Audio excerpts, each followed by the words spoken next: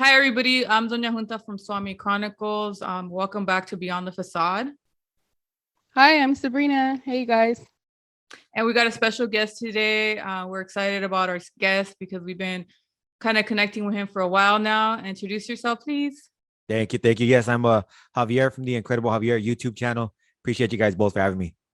Absolutely. So we wanted to have Javier on here. I mean, for a while already, but we kind of wanted to, we were kind of thinking of a way to incorporate his story and himself into here with like that historical architectural element. Somehow we wanted to see how we could work it in here. And I don't know how we just popped out with the idea. Okay, we need to ask him not only about your history, because we all have history at the end of the day, but the history of the place where you came from. Definitely. So Javier is going to share, his personal history and then his history growing up in El Monte, California, which is, he'll explain where all that's at. And then, shares, him growing up in 80s, 90s, 2000s, whatever he wants to share about that. And then we're kind of going to go over some of the special places that are in El Monte, historic wise, and what's happening in El Monte. So definitely it's just exciting because we're able to have this discussion that maybe us people that are like from way over here and over here in the harbor area, going over there it was like kind of like going somewhere for the first time, right? Yes, it definitely was. We were talking about this just yesterday, about in the 90s, you hear about all these cities that in the greater Los Angeles, like El Monte, right? We living in the harbor area, you hear about Azusa and La Puente, but we never really went that area. We didn't. So we didn't know what to expect, honestly. Yes. So yeah, definitely go ahead and share who you are, where you came from, and just kind of like that part of yourself. Yeah, for sure. Appreciate it. So for me, I've said it numerous times. I'm a multi-generational gang member. Like that's what I'm not gonna say I was born into it, but it had a heavy influence on my upbringing, and especially in the city of El Monte. The city of El Monte is something that goes back generations for me. My family hails from El Monte, and my grandpa, he's from my neighborhood. My dad's from my neighborhood. My little brother, my cousins, everybody, right? And it's a trip because it's all from El Monte, all El Monte. And one of the craziest things is in El Monte has a deep history, really rich history. And the way we got our gang name was from the barrios of El Monte, right? The migration camps. And my neighborhood that we represent is one of the smaller barrios. The larger ones were Hicks and Hayes. We were a smaller neighborhood and a smaller barrio, and eventually grew to basically go throughout the entire city. So I thought that was a trip because there's not a lot of history about not my neighborhood, but I'm talking about the barrio that it came from. Right. Yeah. So a lot of people don't even know exactly where it was located. They just know it's in South Del Monte, around the Lake area, and there's not a lot of history and not a lot of photos of people from the Las Flores camp. So that was the camp that it was actually called Las Flores camp. Yeah, Las Flores camp. Right. Yeah. Yes. So that was my bad. Go ahead. No, I was just gonna say that the camps are just like the first time I had heard about that when you did that episode not long ago on your page, on your channel. Yeah, there were a few camps, like a few camps throughout the city of El Monte, and Las Flores camp was one of the smaller ones, and it was around at least like a flower bed, or I don't know exactly what they call it, but it's where they would pick flowers, to have them sent out, and they lived by Las Flores, by the camp, so they called it the Las Flores camp. You had a few other camps. You had the Chino camp, which I thought was like, why they call it Chino camp when it was they had a lot of Japanese migrants there. It was like they're not Chinese. I don't know. That always threw me off. So they had Chino camp, they had Hayes camp, Hicks camp. What else did they have? They had the Wiggins camp, Cantaranas, La Misión, a lot of different camps because the mission was first established in El Monte, in the South El Monte. Right. And But that's the because San Gabriel Mission, right? yeah, the San Gabriel Mission was in El Monte, because the land was like a little marshy. They had to move it out to San Gabriel, but they still kept the name La Misión because that was the area where it was at. So there's a lot of history there that they don't really. It seems like they don't embrace as much, but I don't know. Sometimes it got lost until recently when there were museums and different things that popped up. Yes. So when you were growing up, did you hear about this, or did you these stories get passed on by your grandparents or parents about these No, camps? no, it was weird. It's everybody had a different story, Okay. and there was a element of truth to it to some degree. There was a group of bandits known as the Flores Gang that came from El Monte in the 1800s, but it's totally separate from where we got our name from. But there was a group of bandits, the Flores brothers, and they called it the Flores Gang, that were like the horse, like they would steal horses and horse carriages and shit like that, right? So they were around, and but they were totally separate from what we are. But a lot of people were like, oh yeah, that's where we got our name from, from them. But now, so there were different stories and different reasons why people thought that it came from. But when I seen the camps came along, I said that's definitely how it came along. That makes the most sense, and it is. It just I don't see any other way it couldn't be that. But there was a Las Flores camp, and even the older homies that I've known now that are in their like 70s and 80s, they'll tell us like, yeah, that's where it came from. It was from the camps, and before it was even El Monte Flores, it was just like known as Las Flores Monte. And then eventually, and they said in the 70s, it became El Monte Flores. Javier, can you describe to us what the camps were exactly? Yeah, so there were migration camps. Basically, when people came to work over from Mexico, they would, go into camps, and then they'd migrate from here and then go further north when was it like the Bracero program kind of thing? Whenever they would do that, they would just go further and come back and in and out until about the 1900s, when there was the Mexican Revolutionary War. You had a lot of people that needed to just move, and a lot of them took refuge there in the city of El Monte, because El Monte was a really racist area. They couldn't live in the middle of El Monte, which they considered Lexington back then.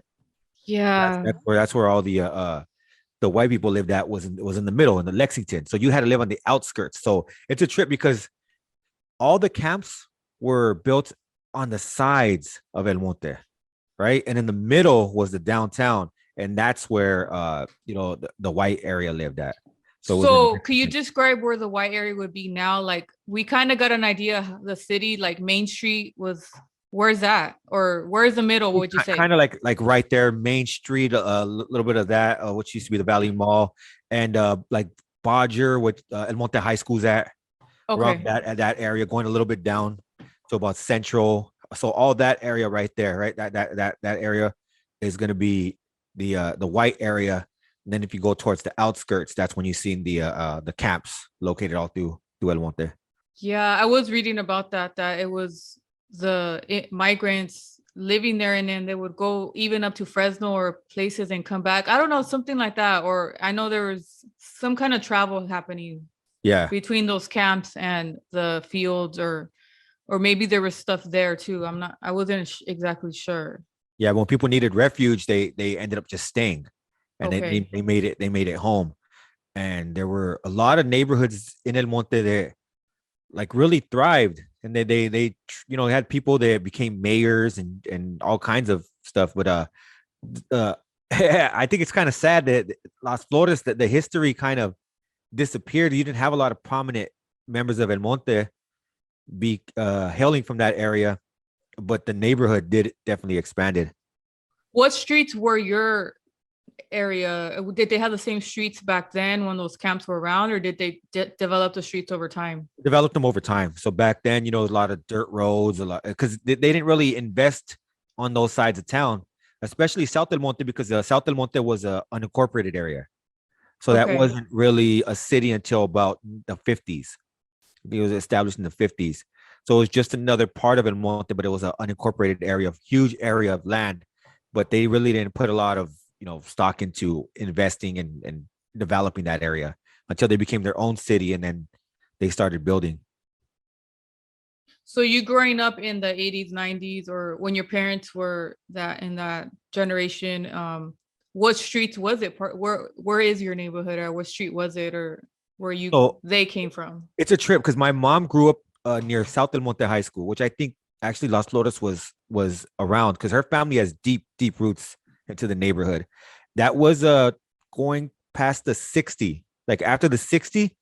There's a small area right there, and El Monte is really parts of it, especially South del Monte, are really closed off. Mm. So you can't really you can't walk from El Monte to the next, from South del Monte to the next city without crossing a bridge. In South del Monte, the only city that you're gonna walk into without crossing a bridge is going to be El Monte. That's right. We've seen all kinds of bridges, right? Yeah, Going over. yeah. You got a bridge that takes you to Rosemead. Yeah. You have a bridge that takes you over to Pico. Another bridge that takes you to Whittier, and then you have the freeway that take. So the only way to get out of South El Monte walking would be to go into El Monte. So that's and El Monte, the only way to get out is actually, it's a trip because it's like a non-gang related area. Is the only way to walk out. Our closest rivals, again, you have to go on a bridge, which would be to go into the city of industry, into like Bassett. You have to cross a bridge to get over Valley, and then again Rosemead, and then the 10 freeway. So the only way out of there would be through Arcadia and Temple City, which are really gentrified areas and more upscale. So Temple City and all those are gentrified now? Yeah, for sure. You won't see wow. any kind of craziness going on over there. And that obviously probably changed in the later years. Yeah. But so I did, the camps were there for quite a while. We're up until like what, the 50s or later, or they were already gone? I believe into the 50s. That's when they started to like trying to develop the city of South El Monte and El Monte, which I don't know. They're always trying to. I don't know what's going on with the city of El Monte. They're always trying to develop and do something new, and it's like, to me, it seems like a city that really has an identity crisis. Right, like they don't know what they want to be, and it's sad because they have such a rich history that they can kind of say this is what we are, but they want to try to modernize it every couple of years, and that's why it looks so weird, right? Like you have like buildings from the 70s, buildings from like the 80s, from the 90s, and now the 2022s with all those 2020s with all those weird apartments that they have coming up now. So I did read some statistics from El Monte in the 1930s. There was 75% white people, 20% Mexican, and 5% Asian. Yeah. So it was a really large concentration of white people, which I didn't really think, because I always thought El Monte seemed more like, or Mexican origins or Latino origins, whatever you want to call it, because we didn't really know we weren't as aware, I guess. Yeah, well, my grandpa, when I asked him, who did you guys used to go at it with? He says we went at it with, he said the rivals that everybody always says, like Bassett and all that. He's like, but we would really go at it with the white boys. Wow. Like, oh yeah. And he's like, yeah, like sometimes when they go to the store, they have to go like 5 to 6 deep. And sometimes they would use white girls as bait, like to try to lure them in. And I was like, oh man, that's messed up, right? So they would be going to war with the white guys at that time. Yeah. And then I just looked at the statistics today. Sorry, I'm not into statistics. No problem. Today is 75% Latino, 18% Asian, and 7% white. There is a few variations in statistics, but it is more, according to this, more Latino and less white. But I don't know if that's what you would consider it. Just, what you see. Well, you could see a lot of Chicanos, like just walking through there. You could see a heavy Asian population there in certain areas. But yeah, if you go to like throughout the city, if you go to, you're gonna see a lot of Chicano faces, a lot of paisanos there.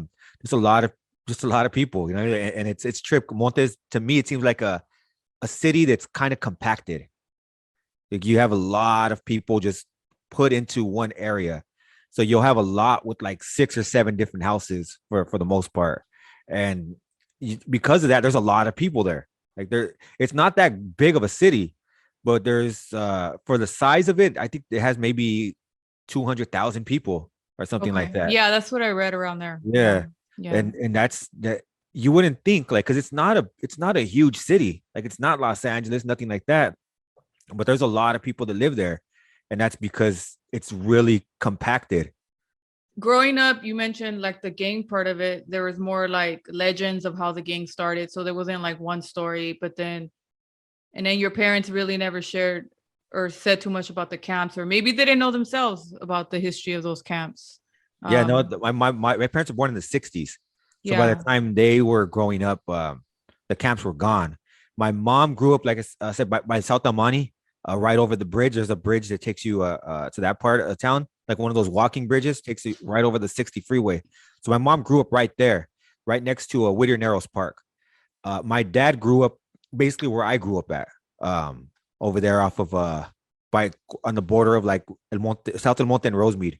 So my dad grew up right there. So he actually came from Mexico. Okay. So my dad came from Mexico when he was about 2 years old. So he was raised here, but his family didn't have roots here like that. Why did his parents choose there? Yeah, so I'm not exactly sure why they chose El Monte. They owned a house right there in Cortada. So I grew up there my first 5 years of my life in that home. Had actually some dope memories there. They had a like little clubhouse in the back that he made for my tias, and when I got old enough to play in there, we would play in there. It was really cool. It was a really cool little spot. But my grandma and grandpa got divorced, and he bounced, and I really don't know what happened to him. Well, I know what happened to him, but like I don't know too much of the story. I never really kept in contact with him or even spoke to him really. So I don't think I've ever had a conversation with him, like really ever. Mm-hmm. Like I've never sat down, hey, how you doing? Anything like that. Like I I don't know. I don't know much about him. I just know he makes families and leaves. That's that. Oh, I'm not trying to okay. bash him, but that's what he does. You know, that's his like, hey, that's his thing. And Um, he's still around?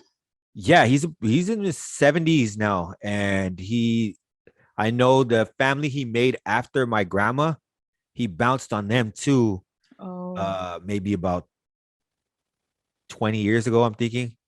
So yeah, he kind of that's what he does. He gets, and I think maybe he gets bored. I don't know. I don't know what he does, honestly, why, but he finds and he bounces on them. So him and my dad never had a great relationship.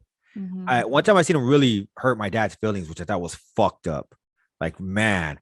So I just had my daughter, and my dad was proud, right? Like, oh, and we went to see my grandpa, and he says, hey, look, this is your first great grandchild. And he's like, oh no, mijo, I have more. I have more. And my dad was like, that's sad, man. Like, my Yeah. dad didn't know he had siblings or anything. And he just basically like, nah, I don't like, he's kind of a jerk, right? So but anyways, yeah, going back to the original question, like I don't they didn't know too much. They really weren't even interested in anything like that. My dad was Right. interested in gang banging. My mom knew that in that area there were a lot of people from Flores, and she knew that, and her family, they all went that route, but they really didn't know why or where it came from or anything like that. I think when I asked the question when I was younger, they kind of looked at me weird, like I don't know. Yeah, because I know like sometimes when families come from Mexico, they might go to an area that their family's already in, or maybe an area that has jobs. So they'll choose something like that. Yeah, I know my grandpa has on my dad's side has about 18 brothers and sisters, so 18 siblings, and the majority of them chose El Monte and Ballin Park. Okay, so Then maybe after, there's some kind of like linkage there. yeah, and then after that they moved them north. Got it. So how was it for you growing up in the 80s and 90s in El Monte? Because you stayed there pretty much, you were there like what, 30 years, pretty Yeah, much? the majority of my life I was in El Monte. I mean, So would you say you remember the 80s? I remember a little bit of the 80s. There wasn't like I remember, so it was weird for me because the style changed a lot from the 80s, my dad's homies, to to the 90s. Right. So I did remember the 80s. I remember them drinking with it's just weird stuff. I remember them drinking. They always had the beers in the paper bag.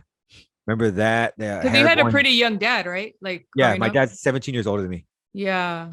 Yeah. So they had their hair going back. They had the socks pulled all the way up with the some of them had the stripes on the socks, and it was just like Oh.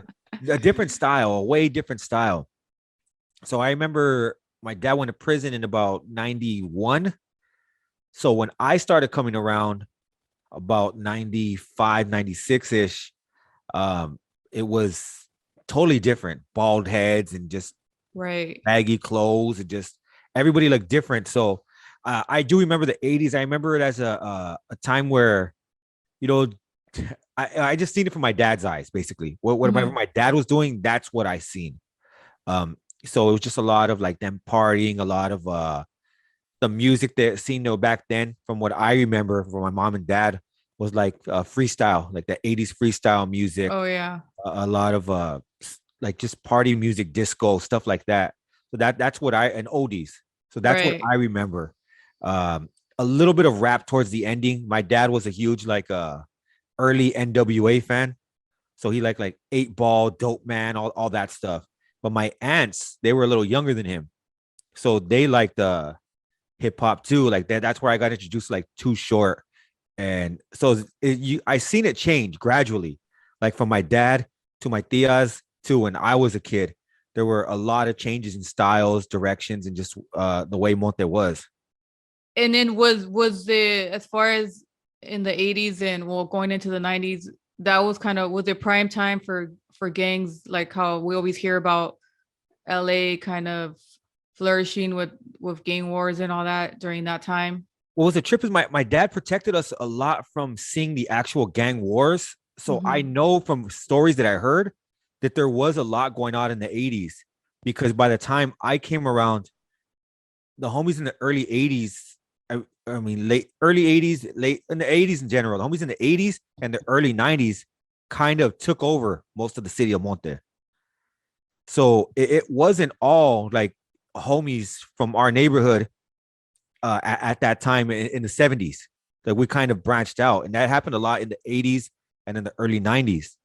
So when I went out there, it was a little different than when my dad was out there. So I don't know what he went through, but from what I've heard, like they were going at it, and they had a lot of different crazy shit going on.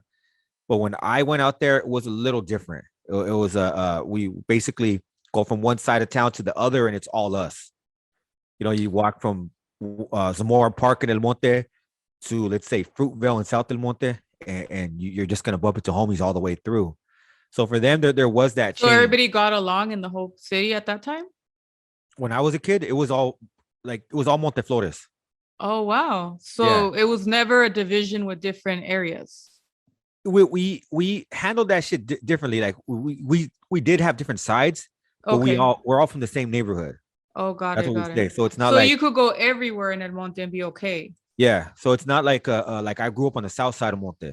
So it's not like I'm from south side El Monte Flores. Okay. I'm from El Monte Flores, but I Got just happened it. to grow up on the south side. And I don't mean it. I'm not trying to say like, just for anyone listening for the first time, I'm not out there gang banging or anything like that. I'm Right. just telling my story based off back then. So Yes. yeah. So I'm from El Monte Flores. I'm not south side of Monte Flores. If you're from Zamora Park, you're not from El Monte Flores, Zamora Park. You're from El Monte Flores. So we're all from El Monte Flores. It's just we grow up Interesting. on different sides. Right. And if you try to bring that side shit or set tripping, we could fight with each other. That's cool. That's gonna happen no matter what, especially in the 90s. In the 90s, we were really bombing on each other. But if it got past that, there would be a lot of consequences for the individual that took it too far. And yeah, that wasn't tolerated. It's like, nah, we're from Florida, so we're one neighborhood. That's why they didn't want different cliques. They didn't want like, oh, Zamora Park over here, Fruitvale over here. It's like, nah, you're all from Monte Florida's tiny midgets, and that's it. Yeah, because it's very most, like even in our cities, it's there is enemies on the next block, right? Yeah. So it was very different. So that's that unification. That's interesting. So back then, when you were running around, did you notice kind of like the landscape of El Monte? Did that, or was your mind focused on just kind of your youth doing your thing? Because a lot of times we don't really notice some of the landscape, the architecture, the There places. there were certain things that I thought that made El Monte different from other areas, and a lot of it had to do with the landscape. There was had like a really old feel at that time that I thought was like a more like 70-ish feel, just older kind of a style of a city, and which I thought was dope because it made us. I thought like, yeah, like we are different. You can't go other cities and see exactly what we have. We were a little different. So I really love that. Like there were a lot of dairies. There were just I don't know how a lot of like the liquor stores looked a little different, and there were just a lot of different things there that I was like, oh, that's dope. This is Monte. Like you could tell when you're in Monte. The way people acted, you could tell they're from Monte. There was just something about it. It's, even when I would go to juvenile hall, they would say, "Yeah, you Vatos from Monte, you guys all act the same. Like we had our own thing. Mhm. We weren't like homies from South Central or East LA or anything like that. Like we were our own thing, and it's because we had our whole city, so Yeah, that we makes didn't have to sense. yeah, we didn't have to really blend in with anyone else. That makes sense now that you said that. I never knew that. Yeah, it was a trip, and a lot of us had egos. It was full of it still is a lot of youngsters be like, man, from Monte, homie. And it's like it's a trip. Like you think when you're especially when you're young. I remember I was thinking like, fuck yeah, it's Monte's it. Monte's the shit. We have everything. Because we have a whole city, right? So it's just like we think two cities really, El Monte and South El Monte. So we think we got shit on lock and this and that, but not really understanding. Damn, we never even went anywhere. We're, Right. we're stuck here. We're not even going anywhere. But Where? we, yeah, but we're thinking like this is it. Like we got shit on lock. When you're a teen, you tend to think about the box, like there's Yeah, nothing out of the city you live in, and that just really brought me back to my own childhood. And now it's hard to keep me in that same box. I'm like, I don't want to go back there, but I remember being young, and you brought me back to a memory. yeah. That's it. Exactly. I wasn't wanted. Like we all thought. Like I remember bragging being in the halls in YA. Like I would clown fools. Like man, you fools got a small ass bar. You can't even go to McDonald's. We got like four McDonald's. We got this. We got that. It's like fool, that ain't shit. like thinking down. Like damn, but we didn't have like an art center. We didn't have a lot of shit like that. But at the time, we thought we had everything because we didn't have to go outside of our city to get anything we needed. That's so true. It Yeah. sounds like a city that's in the harbor area that I know too. That's notorious, where they just shop in their own area. They don't really come out of that area. It's a little town called San Pedro, Oh yeah. and if you live in San Pedro, you don't have to. They never come out. Yes, but the differences in San Pedro, they had enemy neighborhoods. All the Rancho San Pedro gangs at one time didn't get along. There was Dodge City Crips, they didn't get along. So that it wasn't like that unity like you're mentioning. Yeah, Yeah, and not to shit on any other neighborhoods because there were other neighborhoods there. It's just that they were a lot smaller. So you had like Monte Hicks, you had Monte Hayes, you had Monte Trece, which was kind of on their way out at that time. I'm not sure if they're still around or anything because I haven't heard about them in years. And much love to the homies from Monte Trece, Northside Monte. So you had them, but they just didn't have the larger presence that we had.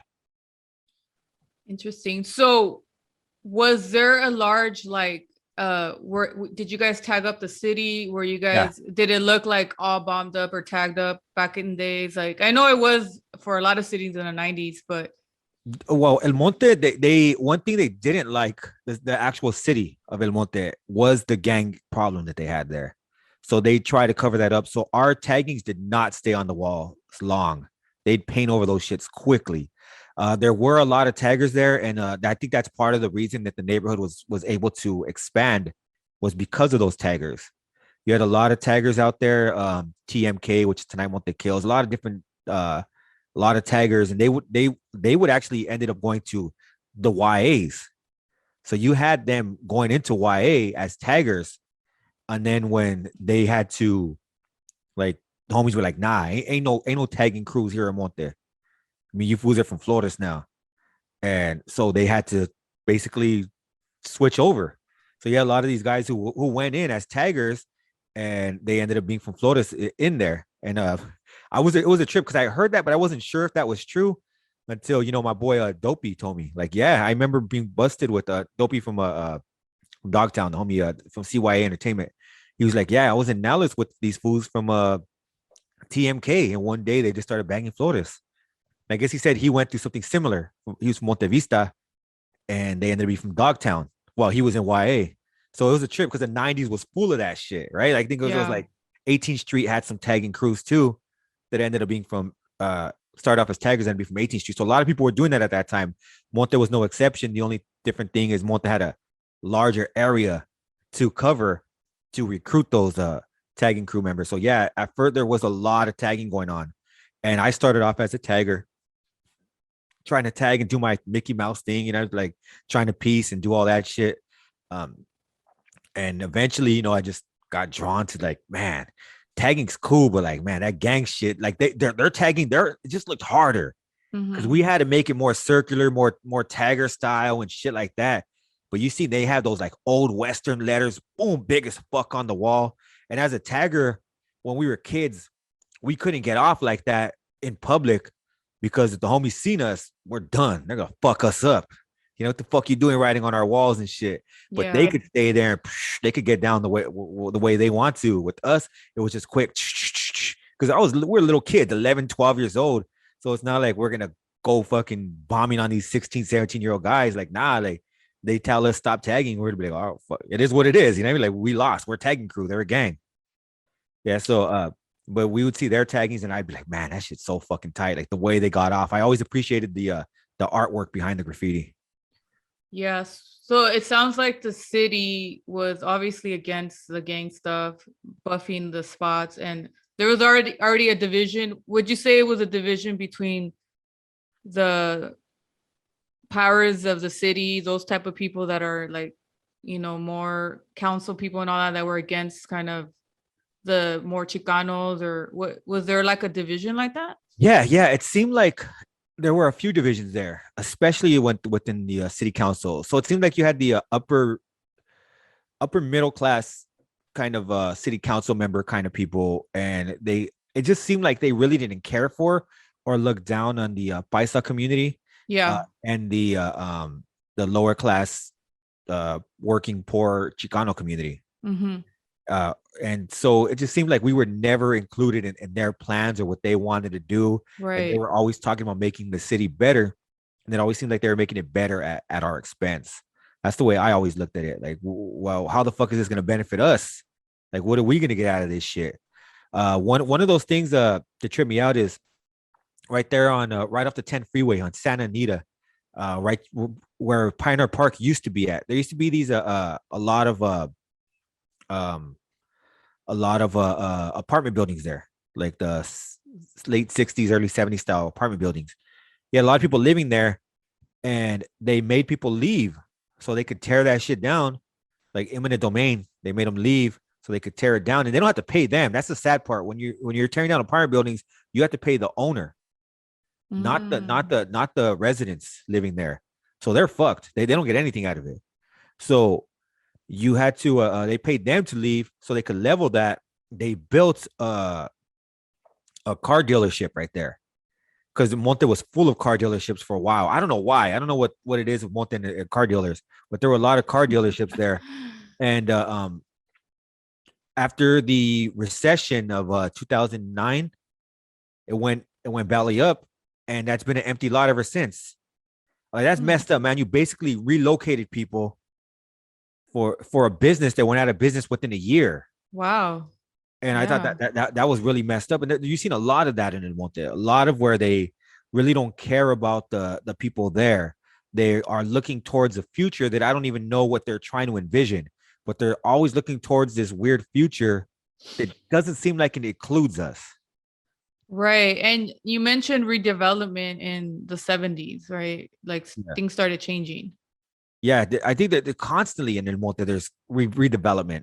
You could see, like I said, you could see different eras of buildings where it doesn't look modern. It looks old, but it doesn't look nice old. It just looks like it's like obsolete. Like if somebody were to come with a Windows 95, like, oh, check this out. That shit doesn't look cool. It just looks old, but it doesn't look, it's not like an old school car. It's just like this is terrible. What is this? So you see a lot of that in El Monte, where buildings don't match. The architecture is just like ugly. Like, what the fuck are you guys doing? Like, well, why are you doing this? And I never understood it, because there were certain areas where I thought like, oh, that shit looks dope. I like the way that's the way you guys have that. And it just seems like everything that was significant, or everything that could benefit the community, they closed down. A lot of the parks, Pioneer Park, they tore that down. Said there used to be a baseball park for kids that played Little League. They would play it right there. Where at, like, where the park's at, or behind it, or where the building's at now? That apartment. That apartment used to be the park. Oh, okay. Yeah, that apartment that used to be the park. They tore it down to, and where they're building all those buildings, that used to all be the park right there. And that's where a lot of kids would go play baseball, and it was a dope ass area. And they took that down. They said, we're gonna build you guys a bigger sports park. Don't worry, that shit never came. And what's sad is those buildings aren't even finished. No, They've been there for like 10 years. Like, what the fuck's going on? Like, yeah, well, I guess there was corruption with the developer. So the developer, I don't know, I guess he said like he was gonna do something. The city manager had to deal with him. I forgot. I read something a few years back. I forgot exactly what happened, but basically he pulled out. He's like, I'm out of here. And now you have buildings that aren't even. There's only one apartment building that went up. Luckily, it's the lower income building, so that's cool. So yeah, people living there that basically could afford it. So that's dope. But you have the other ones there who are just there. And I think my aunt said that because she bought a house close to there. She said, like, my property value is going down. This is a fucking eyesore. What are you guys doing? So I heard they're supposed to finish them, but we'll see how that goes. I see. So that apartment building next to Pioneer Park looks like they're working on it, but they're not. That's what They you're haven't saying? been. It's been up there for years. Wow. I wouldn't have been able to tell by looking at it. It looks like there. I It's in think the there's a works. security guard there, right? That I was was just gonna mention that there's security. There's active security there. Yeah, there's security, but I'm telling you, there's one building that has been up for years already. And it's like you would think the other ones would be like, we're right there, but nah, they're still chilling. So hopefully soon. They said that they're working on it. So we'll see what happens there.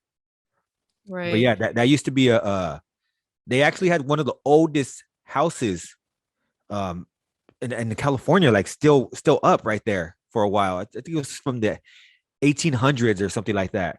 It was actually, what's weird is it was a Confederate sympathizer's house.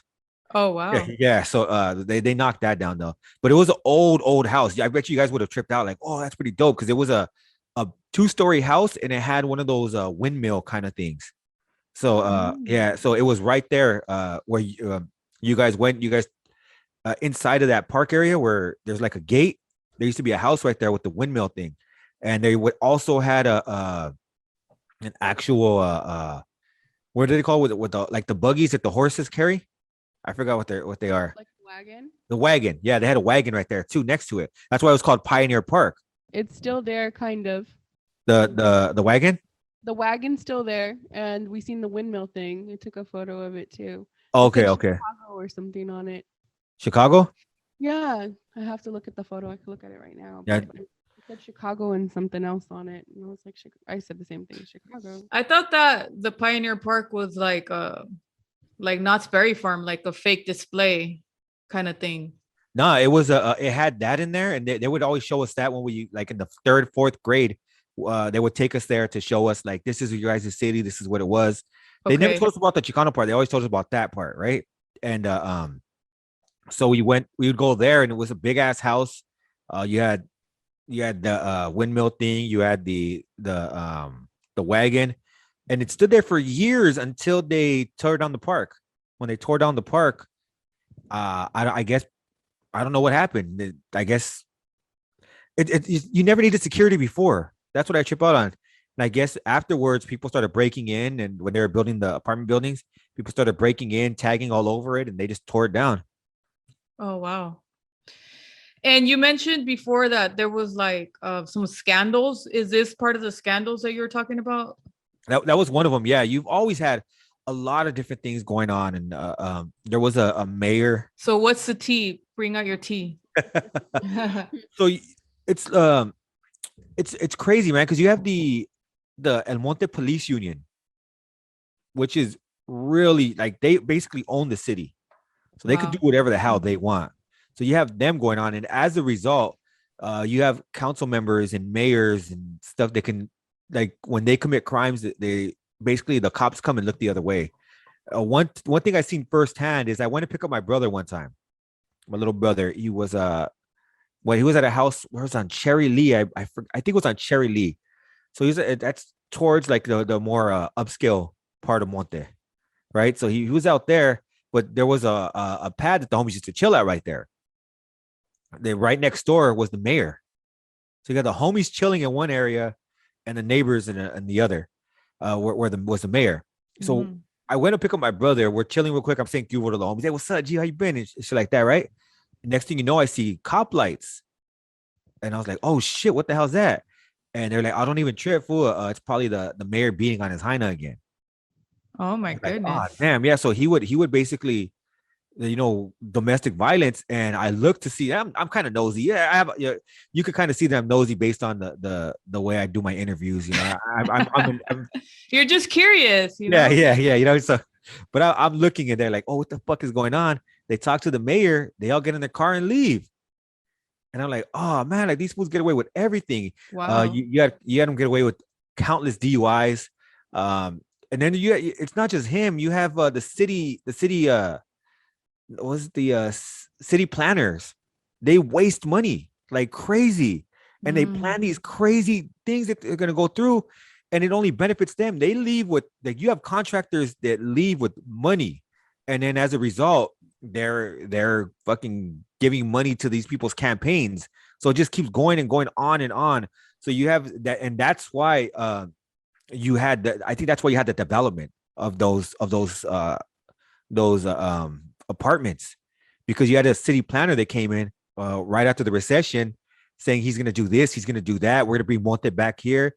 But again, I don't think it ever had anything to do with the residents. It had to do with the contractors, with the council, and with money. It had nothing to do with us who lived there and had to live there day in and day out. So it's sad because when things don't work for them and they run out of money, because Monte did eventually run out of money, then basically you have fucking buildings that aren't done, and it's sad. And it's like, man, you should just left it the way it was, because we still don't have another sports park. Right. And I heard that they were supposed to make McLaren Hall a sports park, and now I'm hearing that they're gonna make it something else now. So it's like, where the hell, where the fuck are you guys gonna make this damn park? Yeah. That's a trip. That they has like that dirty underbelly, yet they look down upon everybody else, but yet they're doing shady stuff. But I mean, that's not surprising. You hear that All over the place, yeah. with some government entities all the time, but it's just sad. It is, because they tear down everything. That the boys club is no longer there because of corruption within the boys club, they said. But it's like they don't replace this stuff. This is the thing that's sad, is they don't replace it. So they said that there was a lot of gang activity going on in the boys club, so they shut that down. But it's like, now where are kids gonna go for those after school activities? It's like that's all they want to do is take away. Then they wonder why there's a gang problem. They wonder why everything's going on there, but they don't want to give back to us. And I think that's sad, man. That's really sad. It is sad. I don't know how many people are involved in, the city council, or how many civilians, like regular people, go to the meetings. But I don't know if they do, so don't quote me. But if they're not going regularly, and it's easy not to go to your own cities, monthly, whenever they meet up. And if you're not interactive with that, then that's just how they get away with Yeah. the way thing. And we had a run-in with an El Monte police officer yesterday, he pointed at us. We didn't have a seatbelt on for a second and a half, and we did like a U-turn. I didn't even notice him pointing at us, but I guess he did. He was sitting in his car, and he kind of went closer. He was sitting in his car, and he went kind of like that, with the point like that, and then we just kept driving, because luckily she didn't even see it. I saw it because I was passenger. So yeah, we had. They use a lot of scare tactics, and what's sad is there was a scandal that I had a small part in being a part of uncovering, like nothing huge, but you sleuth.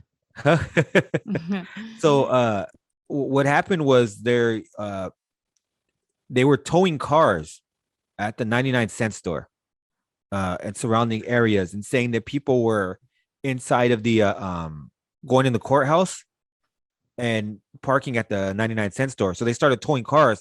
They were towing a lot of them illegally.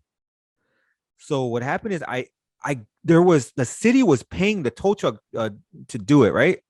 And I guess he got greedy, and there was some kind of contract dispute between the city and them. So he gets mad and he throws all his fucking receipts and documents in the trash. So activists from the city, they were on him all the time because they were like, "This is fucked up. What are you doing? You're victimizing poor people. This is a fucked up thing to do." So they take those receipts and everything. And one of the ladies calls me, one of the activists, and she's like, "Hey, they're on me.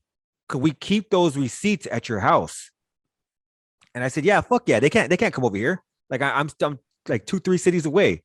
They can't come over here, right?" So I held those receipts long enough so that they can get them to the only place that would cover it was Telemundo. Long enough to get it to them. And it was a trip, man. It was a trip because they were scared. The activists there were really scared because the city does not play. I'm telling you, the cops run that city. So they had a they were on them for a while. And I remember they would go to the I seen how exhausting it could be. Because I seen some of those activists day in and day out, they would fight and fight and fight. And you had the city that has the resources to smear them, to say that they're just crying, to say all kinds of stuff like that.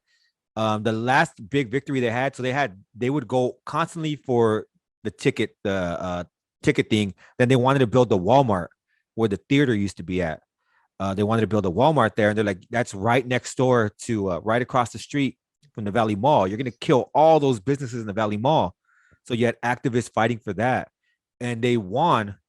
But kind of the residents turned against them because they thought that they were blocking progress, not understanding they were just trying to protect the city. So I seen how exhausting it could be to be an activist, because I seen just the stuff they were going through, and I was like, I don't know how you guys do it, man. Especially for people who end up being ungrateful for your efforts in the end.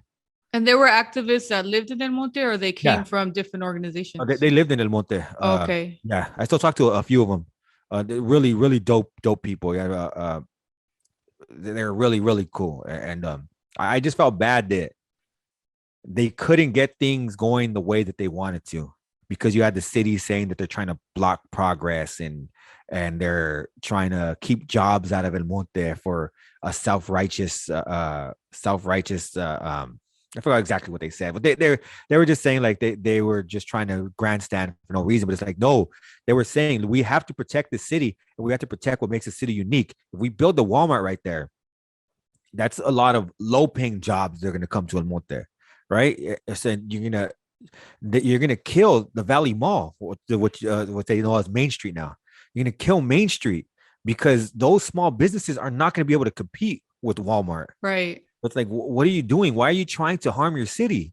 And that was the last big. They were almost there, but I guess they didn't do. You're supposed to have like an environmental impact report. Oh yeah. Yeah, Walmart didn't do an environmental impact report, and they filed like a stop on them, or I forgot exactly what it was. They filed a stop on it. Walmart just said, you know what, fuck this, it's too much trouble, we're out of here, and they bounced. And so we were like, yeah, like hell yeah. And some residents were mad though. They're like, because they're thinking about the low prices. Yes, and they're not even that low. Yeah, exactly. And I'm like, man, what, you guys don't understand. This is gonna bring a lot more damage to El Monte than it is gonna be good. And they're notorious for going into little small towns. Like, I'm not that El Monte is small, but I've seen that they do that in small towns all over. Yeah, kill the small businesses and then raise the prices right after. You have nowhere else to go. Yeah, that's definitely interesting. So yeah, so the next section, I want to start looking at some of the architecture, because when we decided to kind of do this project or discussion was, okay, we want to go to El Monte and kind of see what is of interest as far as like architecturally wise, historical wise, anything probably I know you mentioned 70s, but like mid-century and before that. Yeah. I was just we were like, okay, let's go on our own first to see like what we have like our eye up as far as what we notice, and then we could talk to Javier of what he thinks or what these places are. Yeah. But when we went, we're like, what happened?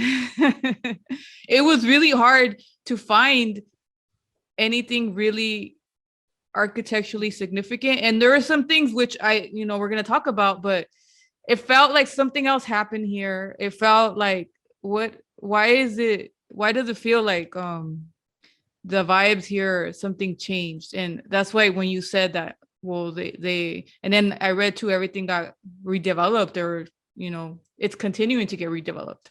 Yeah, it's like they're in a constant state of redevelopment, and I don't know when they're going to be finished. What were your feelings about that, Sabrina, with going? It looked like small town USA in the sense that it's not a city you could find anywhere in the country, where a lot of California architecture in small cities are kind of significant, or there's a significant part or a historic part. It was really hard to find anything on the first try. Everything looked mismatched and nothing really went together. And yet it flowed together because it felt like it was homogenized into one.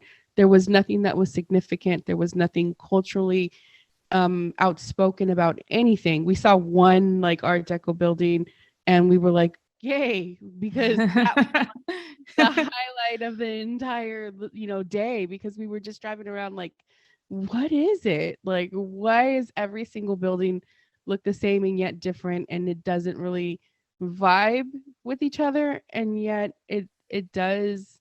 It's almost like a time trap in a sense. I don't know, or it's like a box, like we were talking. It's its own little box.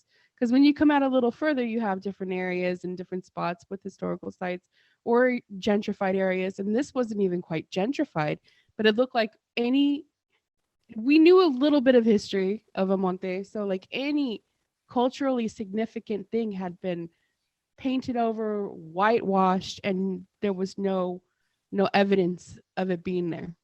Yeah. To me, it always seems like they always want to cover their significant history. It's like they always like, no, we don't need that. Let's move on to the future. It's like, but you guys are constantly doing that. Yeah. So we shot whatever we could, and then the second round, we already kind of knew, okay, we want to go to these places, and we'll look at them right now.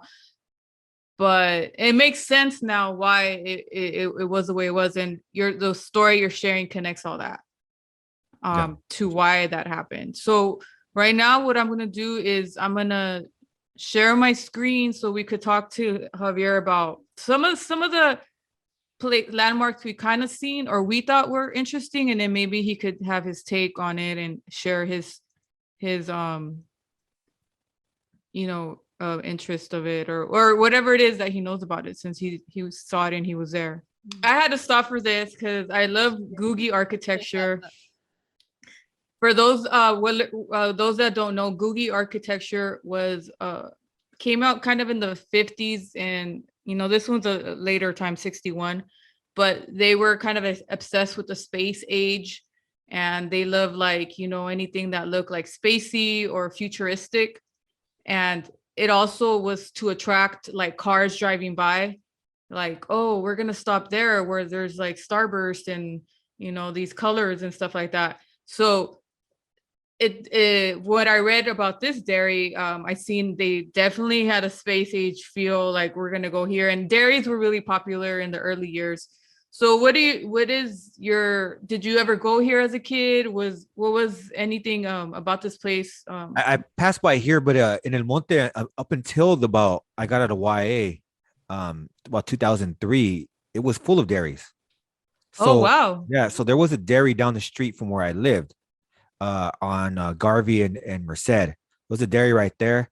When we went to Klingerman in Peck, which was a lot of homies lived there, there was a dairy right there also. So you had dairies all throughout the city. So for us, this was just another dairy. Yeah. And now I think it's probably maybe the last one because I think the other dairies, there was another dairy in Weismore Park. So you had a few dairies when I was growing Okay. up, and now they're just about all gone. I think this may be the last one. I'm not sure if the one on Valley and I mean not Valley on Klingerman and Peck is still there, Did they but have like that old style as well? yeah, they all looked a little older. Not the space age style, but they looked older. Like you could tell they were dairies. They were dairy. Okay. You go in, they didn't look like liquor stores. Like they were dairies, right? You Okay. could tell a lot of them were made in the 50s. One of them I think is a tire shop now, so it doesn't really. You could still, if you really look at it, you're like, oh shit, that's a dairy.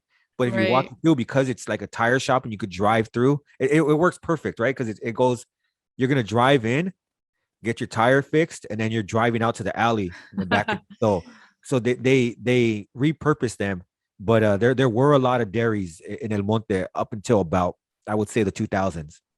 Okay, so just to describe this to the audio audience, it's like a huge, like, what would you call it? It looks like a rainbow to me, Like a half dome, maybe. a Yeah. half dome with red, yellow, blue, and it has two little buildings in it where and there's a way you drive in, I guess, and then you drive out another way to get your milk, I guess, at the time. I mean, it had a few other things: ice cream, milk, beer, soda, but it really stood out. And what I did read about this was that it's the Driftwood Dairy, like behind it, has been there since the 20s, and they're a dairy distributor for various places. In my comments for this video, the video I posted, somebody said they distribute for Rite Aid ice cream or Thrifty ice cream. I thought Yeah, I think I seen their little milk things for schools, Yes, like the little there's milk. the milks in the schools. They are. Yes, and their orange juice and the little milk carton things. And so they're still pretty active from what it looks like. And Yeah, we thought it was closed at first. We did. It looked like a ghost town right there. yeah, no, I think it's still open. If it's not, then they just keep it up. Maybe because the driftwood in the back, they want to keep it open. But I've seen people there maybe right before the pandemic. I haven't seen them since, so I'm not sure if it's closed or if I just don't drive early enough. Maybe I'll walk through there one day and see. But I know that there is on going a little bit further down, there is a Thrifty's ice cream factory in El Monte. Oh wow. Yeah, right next to the Cool. welfare office, and I think that's probably why they keep it there too, because you got Driftwood right there. Bam, let's go ahead and take it over there. So it all works out. But nowadays I hear like cows are not kept, or cows kept there, or they truck Yeah. the milk in I from think they truck the milk in because there's horses in El Monte, uh-huh. certain areas, but there aren't any cows. The last Yeah. I seen, they're actually, you guys would have probably like to look at it right there off of next to Lake, right off the 60 in the middle of Lake and the 60 freeway. There used to be this big ass field. The field is still there, but it used to have cows, horses, lambs, all kinds of shit right there. And I would just trip out like, what is that? I had no idea what it is. Still to this day, I don't know why it was there, but it Huh. was. But you had it there, and it was pretty cool. It looked like a big farm for no reason. Yeah. So I did see that it is open, but really early hours from like 7 a.m. or to like 2 o'clock. So it's really early. So the signage, very 1960, there's a little cow on it. When milk was really popular, I feel like milk is like not popular anymore. Nah, you have almond milk, all kinds of substances. Yeah. So milk was like the shit back then, literally. So in our era, we had a few dairies too, but they're all shut down. They're just, like you said, repurposed into something else. They're definitely not dairies anymore. So we'll go to the next one. Yeah, you mentioned, okay, so we're looking at now El Monte Mall. I seen that the building was, it looks like about 1955 when this building came up. So you said that this mall was important to you guys growing up, or part of like Yeah, definitely. That area that you're showing, which is the back of the Valley Mall, the main building at the time. It's sad to say, but we used to go in there. They used to have a right at the corner, right there. You walk in, you make a right. They used to have a store that sold like Frisco Benz, Ben Davis, just a lot of like old school like gangster clothes from the 90s. We would go in there and we would take a handful of them and run out, jump on our bikes, Oh and man. head to the riverbed, which is just down the street. So we just boom, booked that shit as quick as we could and hit the riverbed. They had actually shoes right there too, next door. So sometimes we go there, get shoes, and then Monte, they stay, they shame you though. You'll have your picture on the on the wall kind of thing, like on the little doors to say like, hey, look out for these guys, they still. So it's kind of once you get your picture on there, it's like, oh, that's fucked up, man. So you have to try to hit another spot. So was this like a swap meet? Because we had these similar to this, but they were indoor swap meets. It's considered a mall. Like outdoor malls were kind of big in the 50s for some reason. So it Oh. was an outdoor mall because you had this is just a small part of it. The whole Oh. street is full of shops, and it's a so, and you also had the trolley stop there back in the day, which they actually moved somewhere else.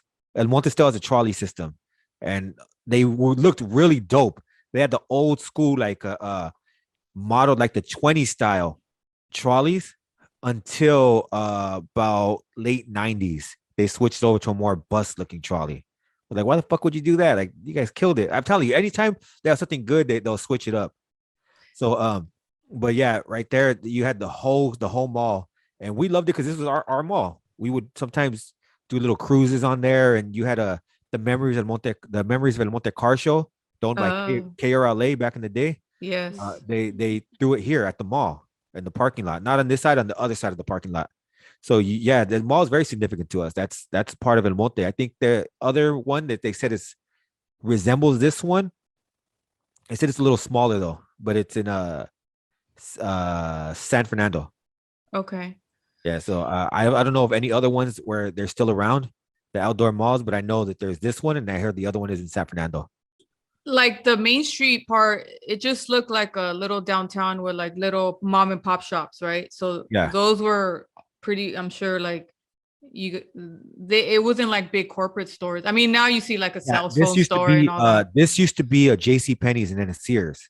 Oh, That's okay. hilarious because I said it reminded me kind of like a really quiet HP, like Yeah, a really, like low key quiet one. And you got the big Sears building and whatnot, or JCPenney, but I don't remember if it's Sears or JCPenney, but a big yeah. one. So this used to be that. This actual building that we're looking at used to be I believe it was a J.C. Penney's or a Sears. I forgot which one. I think J.C. Penney's actually.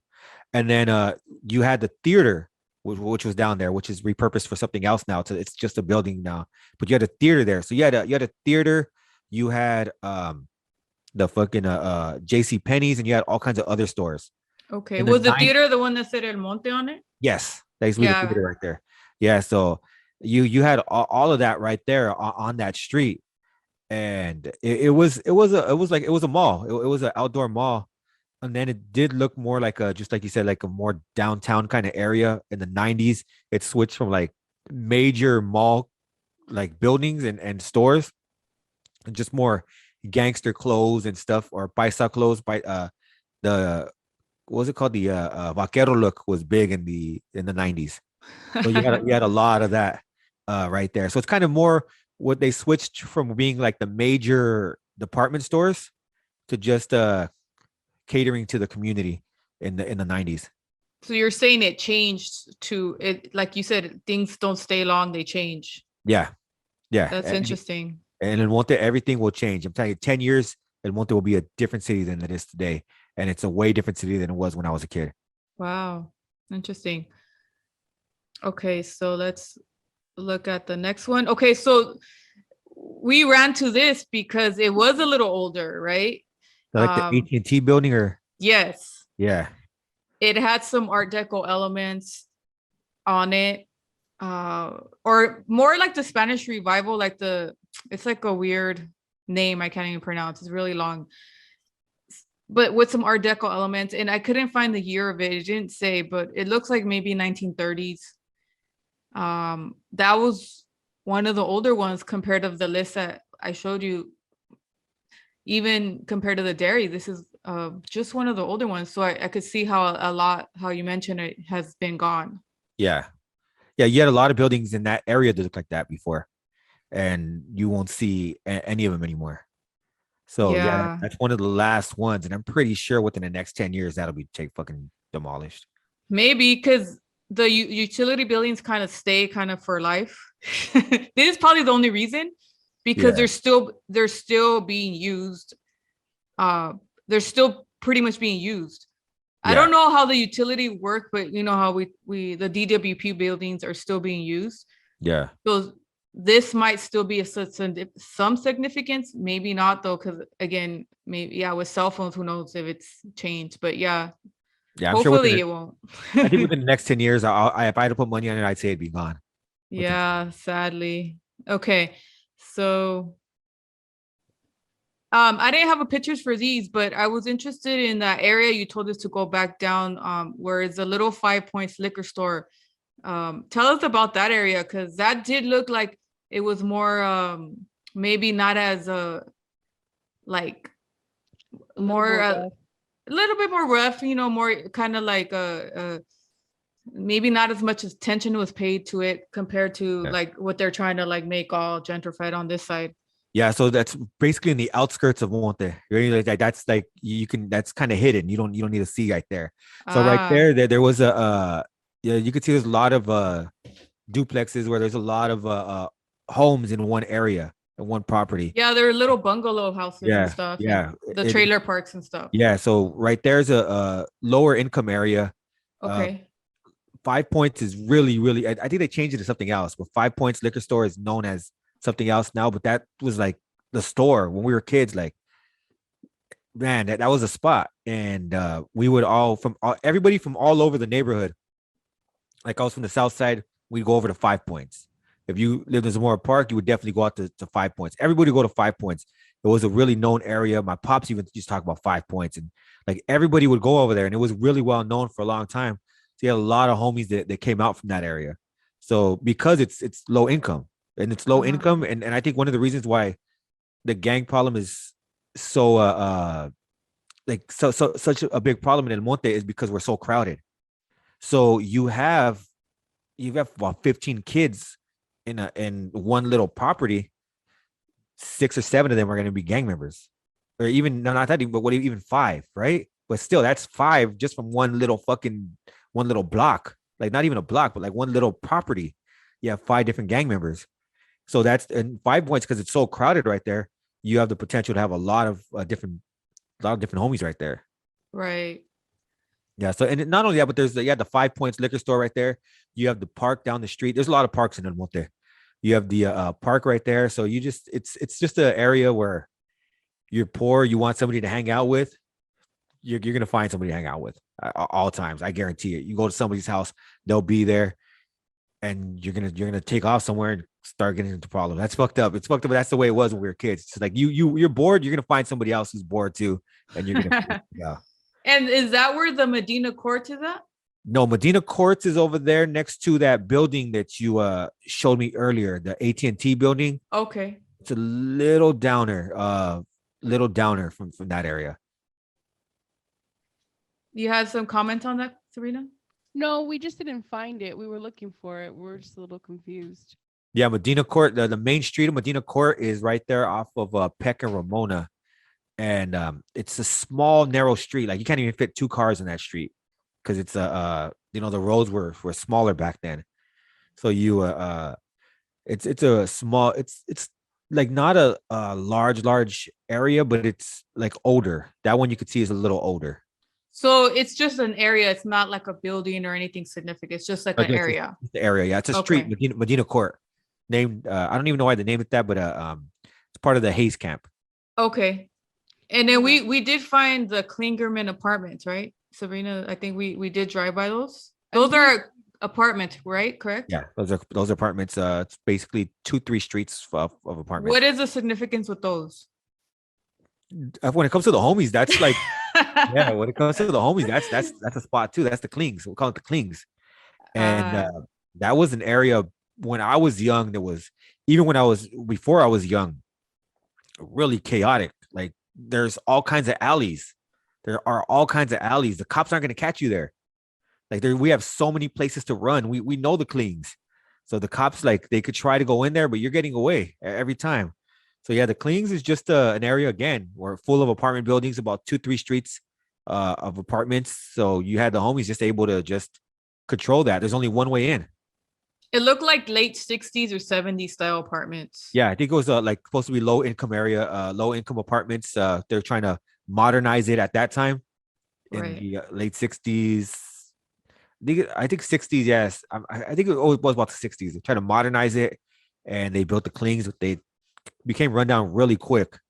And, there's only one way in. So that's what made it easy for us. We could spot people coming. Yeah, and if it's weird that you say that's the outskirts, because I guess when you're not from an area, like it all kind of like you can't tell what's the outskirt, what's the center, what's this, like maybe in maybe like I don't know, in there it looks harder to detect like where the area's at. Yeah. Yeah, we're right there. A few blocks over is South del Monte. So what's the difference? Is it have its own like thing? Why is it South del Monte and El Monte? Oh, two different cities. Oh wow. So they don't share the same type of like they have their own city council and they have their own mayor, everything. And so, that was that they divided that for any particular reason? I don't know. I just know that they in South del Monte incorporated in the 50s, and they were before that they were part of El Monte, the unincorporated area of El Monte, and then they wanted to be their own thing, so they made their own city, South del Monte. So that Main Street area is South del Monte? Main Street area is El Monte. Okay, so where was South del Monte and where we were at? Closer to 5 Points. Okay. If you were to go more would be south, you're gonna end up in South del Monte. Got it. Okay, so the next one, you did mention you hadn't heard of this place, but I don't know if you've seen it now that you're looking at it. I seen it a gang of times. My aunt used to live down the street off of Lambert, so I've seen it a gang of times. I just never been there. Yeah, I just never been there. I wasn't. So this is El Monte. That's El Monte. Yeah. Okay. Yeah, it wasn't a place that we basically wanted to go to. Like when you're a street kid, you're like, fuck that place. That's for all rich people and shit. So it wasn't somewhere where we wanted to go. But I have seen that place. Yeah, the Jolly Jug. So we can't ask you how the food is, I guess, right? I wouldn't know. No, that's a little too rich for my blood. So what we're looking at here for the audience that can't see, it's just Jolly Jug. It's kind of a quirky looking restaurant. I did see that the building was put up in 1935. So it is kind of an older building. I don't know if the Jolly Jug was open in 35, but it is the building, according to the records, says it was in 35. So it could have been something else, but it does look pretty old to me. It did. And then there's the bar. Do you know anything about this Oasis Bar? No, I wasn't a big bar guy. So the only bar we used to be able to go to as kids, I guess I could say it now because they're closed down, was the main event on Garvey. Okay. Yeah, and I think it's just apartments now, but it was a bar back then, which was pretty. It played up to its name, the main event. Yeah. Oh yeah, that shit was cracking. If you want to get in a fight, you're definitely gonna get in a fight. Homies used to go there and trip on each other like crazy. Yeah.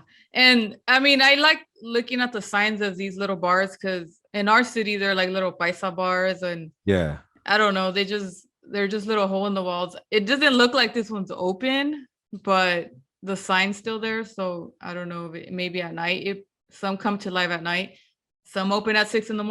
I don't know. I mean, they all vary. Yeah, no, I don't have too much. This is a little bit further from where I would normally kick it at. I had homies that lived in this area. What would you consider this area? This would be like towards like the north. Okay. Like going towards the north. It's Lambert Park area. We'd say like it's the Lambert Park area. Yeah, so we had homies that stood over there, but we would hardly chill over there. If we wanted to go to like the bars, we go to Golden Q's in the city of South del Monte, or we would go to which was a billiard, a pool place. Or we'd go to the main event on Garvey. Okay.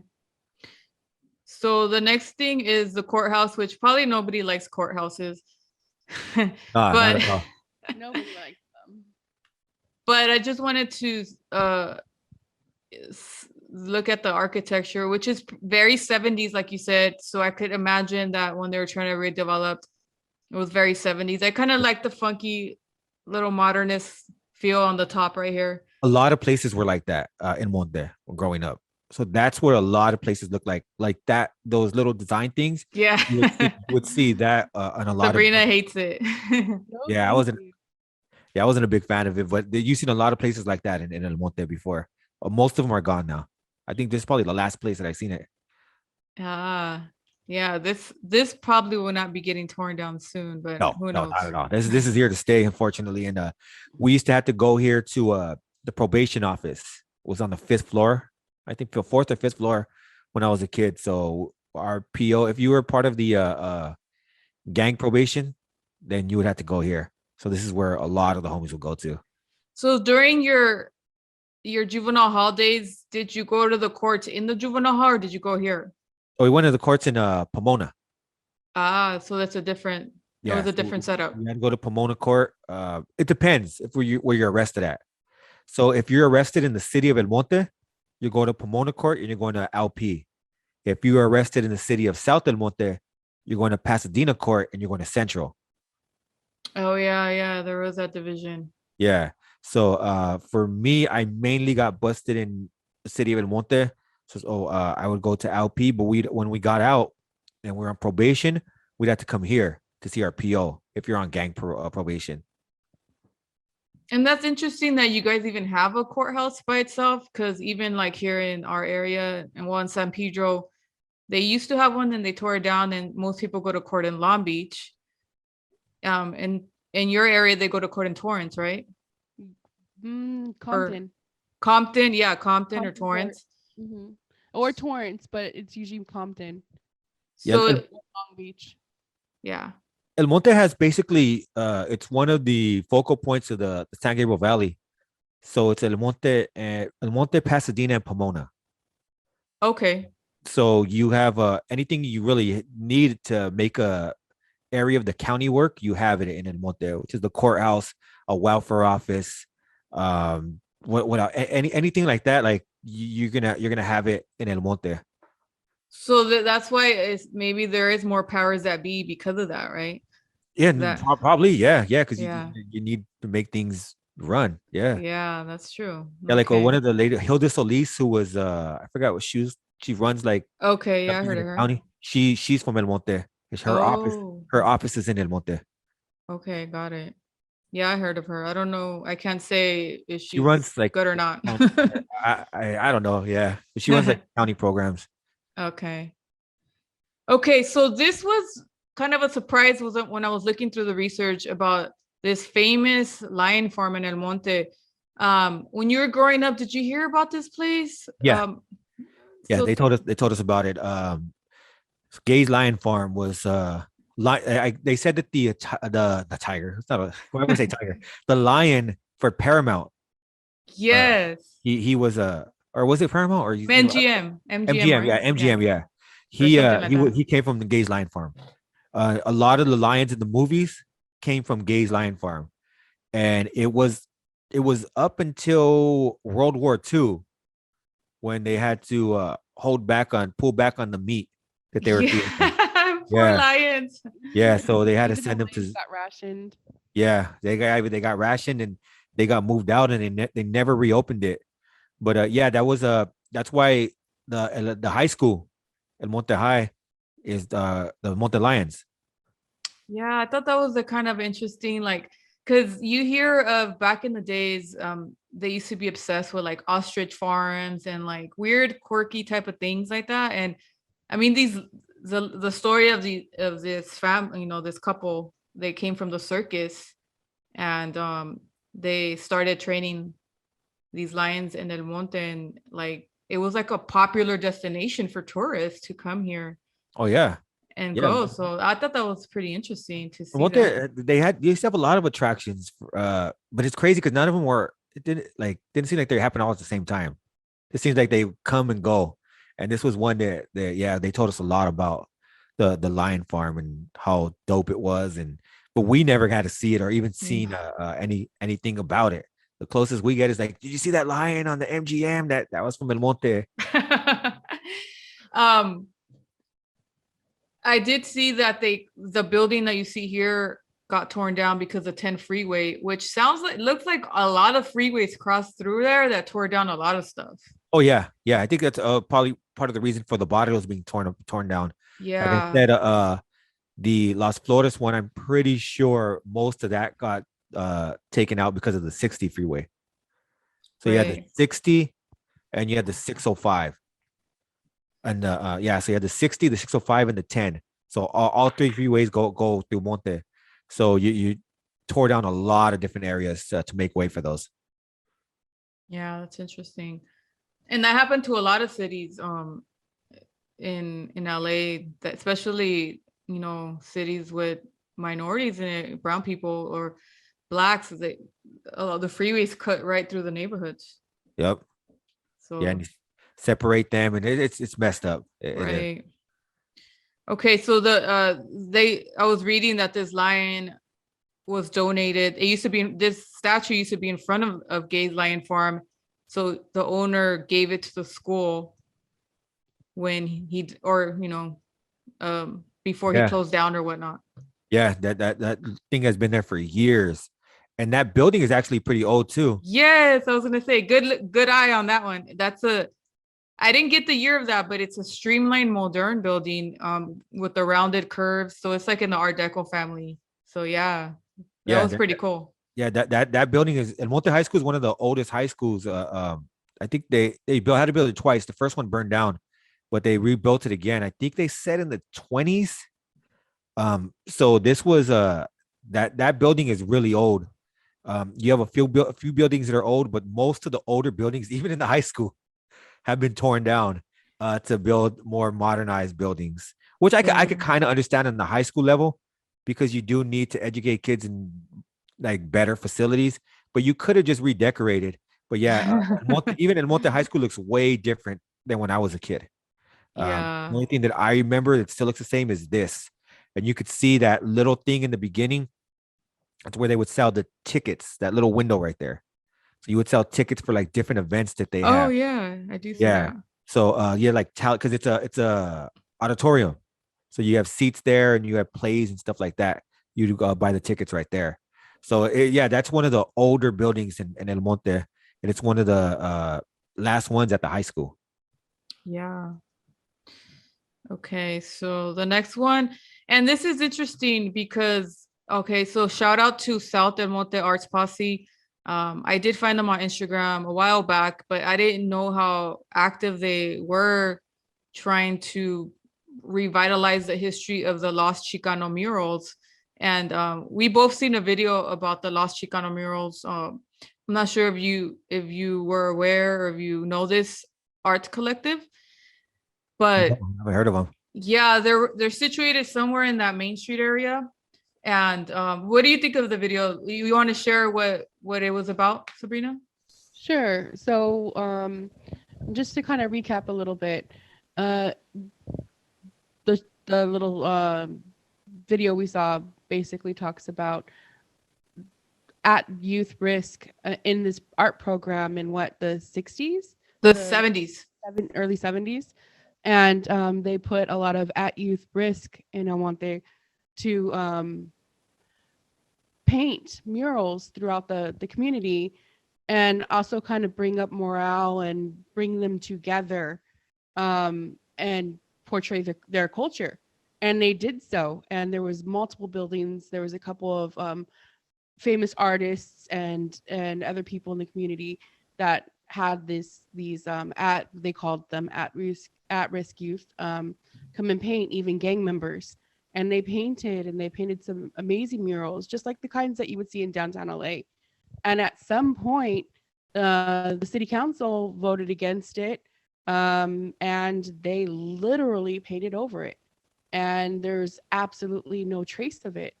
And the South del Monte Arts Posse, among other activists, found archives of photographs that, I think it was like video reels. yeah, and reels, and they saw like the murals in the background. And specifically, there was this one mural of the Mexican soldier woman. Adelita. Thank you. Yeah, I don't speak Spanish, guys. Sorry. Um, and she's got a rifle on the ground, and she's kind of holding it with her arm up. and then she's got a rose in her other hand, and they felt that that was like portraying violence, or being okay with violence, so they painted it over without anyone's, they didn't even ask the community. And I think that's really it goes on to what they're doing now, or what they've continued to do in this community. They've basically hidden the entire culture for everyone. They've whitewashed it, and it's really sad, but it was so vibrant to see this one specifically. Mm-hmm. This is the first one where they're revitalizing For decades. Yeah. And go ahead. They try to do unauthorized ones in the Klingerman Apartments, because they have big walls. They used to be gang writing there, and people were like, well, let's let the kids do murals.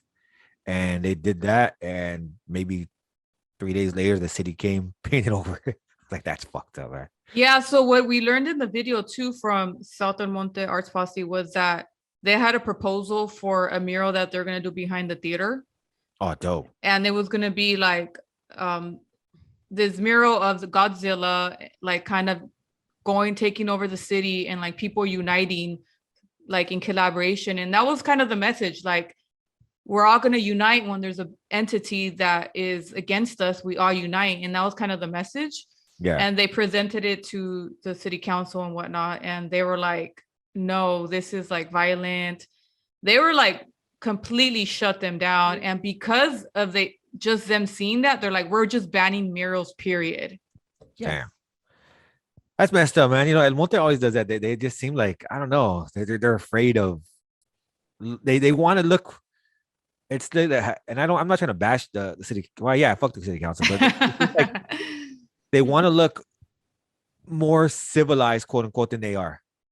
You know what I mean? Like they want to, like, oh, we're sophisticated. It's like, calm the fuck down. Just do the murals, man. Yeah. So this collective started maybe like 2013 or somewhere around there. And we'll send you guys, we'll put the video on the link so people could watch it. And they've been really active in bringing the story back, this Chicano story of these murals, and just the history of the Chicano culture during the 70s, and then now bringing art and whatnot back to the city. And they had this mural unveiling last October, which, just to start bringing the art back, because it was gone for so many decades. That's dope. That's really dope. Yeah. So, yeah, we definitely shout out to them if they hear our podcast, or we could, we'd like to hear from them as well in the future. Yeah, for sure. Yeah. So, okay. So this is infamous. So before we get into like what we know about it, I want to hear, like, when you were growing up, or even if maybe you didn't know when you're growing up, or if you did, what did you know about this place? What didn't you know? Or when did you learn about this place? Can you share like your perspective of this place? Yeah, so and we're looking at McLaren Hall. Yeah, so McLaren Hall. Yeah, when I was saying earlier that I grew up Cortada for the first 5 years. After that, I moved to a street called Maxon, which is about 2 blocks away from. It's actually the next street over. So it's, you have Durfee and then you have Maxon, right after.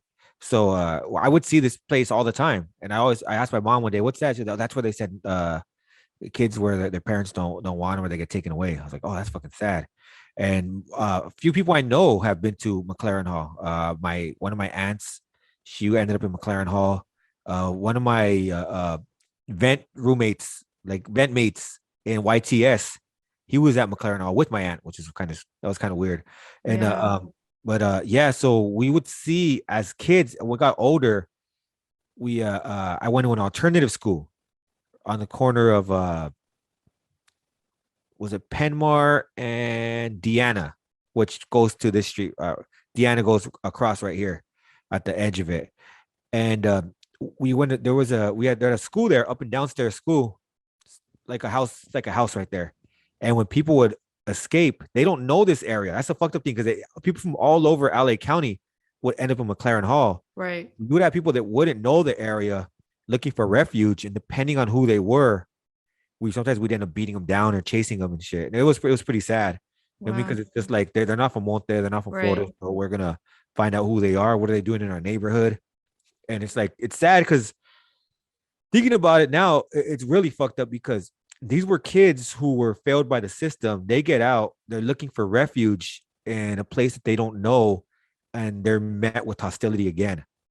So yeah, it's a really sad story. And for us, we didn't know any better. Right. Yeah. We just thought, who are these invaders trying to come over here and go through our city? Like fuck that shit. It's Florida. And yeah, so you'd see a lot of people trying to AWOL from here. And I heard it was really bad inside. There was a lot of abuse. There was violence going on in there, and it's sad because they locked them in. Like you lock them in, people are AWOLing, people are escaping from here. This is for kids who were part of the foster system. Like a lot of them aren't they're not criminals. They may be hard to handle for a lot of people, but they didn't commit any crimes. The only crime they committed was that they were taken away from their parents. They're paying for their parents' sins, basically. I just think that's messed up. It was a sad building. It looks very institutionalized. And those walls were secured to keep whoever the occupants inside and to shadow and hide whatever was going on behind those walls. Yeah. And I mean, I haven't done deep research on McLaren Hall. I've done some, and I talked to people that work there. Well, one person that works there. They mentioned that I think for a short period of time it was under probation because if you guys when they had the juvenile halls initially, they had all the kids, right? And they couldn't really separate maybe the the one they're there for, neglect, abuse, and all that from the more delinquent. So they were mixed, and then they needed to kind of separate the kids. So they built McLaren Hall, and that's kind of where they put kids that were more of the dependency kids, right? Before DCFS maybe got involved or was an entity. So that's what she mentioned. I used to be probation for a little bit, and then DCFS took over it, which is Department of Children and Family Services. But what I had heard is, yes, there was a lot of abuse, physical, sexual violence from staff onto children. And till this day, there's like lawsuits going on, or there was a lot of lawsuits from the people that are now grown suing the county. And that's why it shut down. That's what I heard. I don't know for a fact right now, but it was one of the reasons it was shut down, because there was a huge lawsuit that happened against the county for all the abuse that was happening. And I think there was a lot of civil suits as well that were happening because of that. And if you look online, there's like survivors of McLaren Hall. They have like their own, websites or, forums. There's videos. I think if you get a chance to look on YouTube, this one guy did a rap on living in McLaren Hall. I'll share it with you guys when I find it, but he wrote a rap song. It's very sad, just like how his lyrics about this place. Yeah, it's a place that we've seen, and I had homies that were in there too, and they had the advantage when they AWOL'd because they knew the city. Right. So it's like they would leave, they would know where to go, they would know where people were going to look for them. And it's sad because you got people from Compton or from South Central, from the harbor area. If they were placed in here, they don't know. Like you guys said, you guys heard of the city, but you don't know where to go. So they would escape. Where are they going? They had no idea where to go. So, but the homies that they knew where to go. So I had a few homies that ended up in here, and they don't really talk about it too much either. They just say, it is what it is. I was in there real quick, I got out. Yeah. So if you guys watch Soft White Underbelly, which is now he's popular, he interviews people on Skid Row.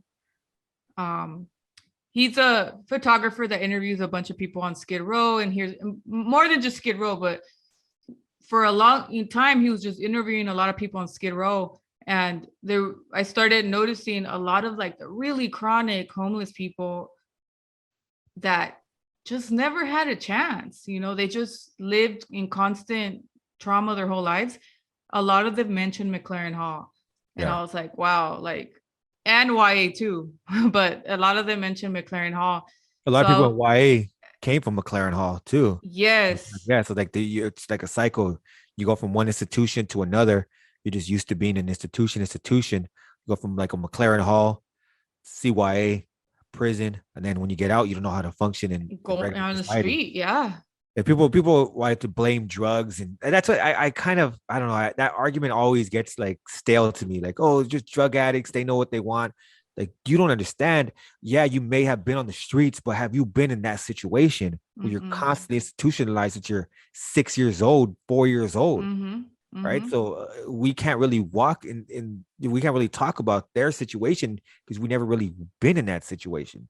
I'm glad to say that no matter what trauma that I went through as a child and abuse that I went through as a child, I never ended up in a place like this until I got to YA, which I was in my later teens.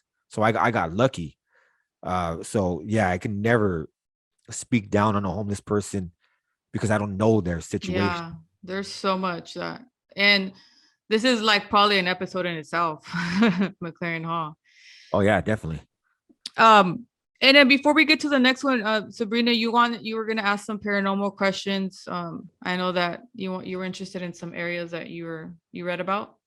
I didn't see much, but I wanted to ask you, Javier, did you have any urban legends that happened in El Monte or any paranormal activity? I know that your belief system is not necessarily the same as mine. So like you may not have had a paranormal experience, but did you hear about any special or any specific paranormal happenings in the city of El Monte?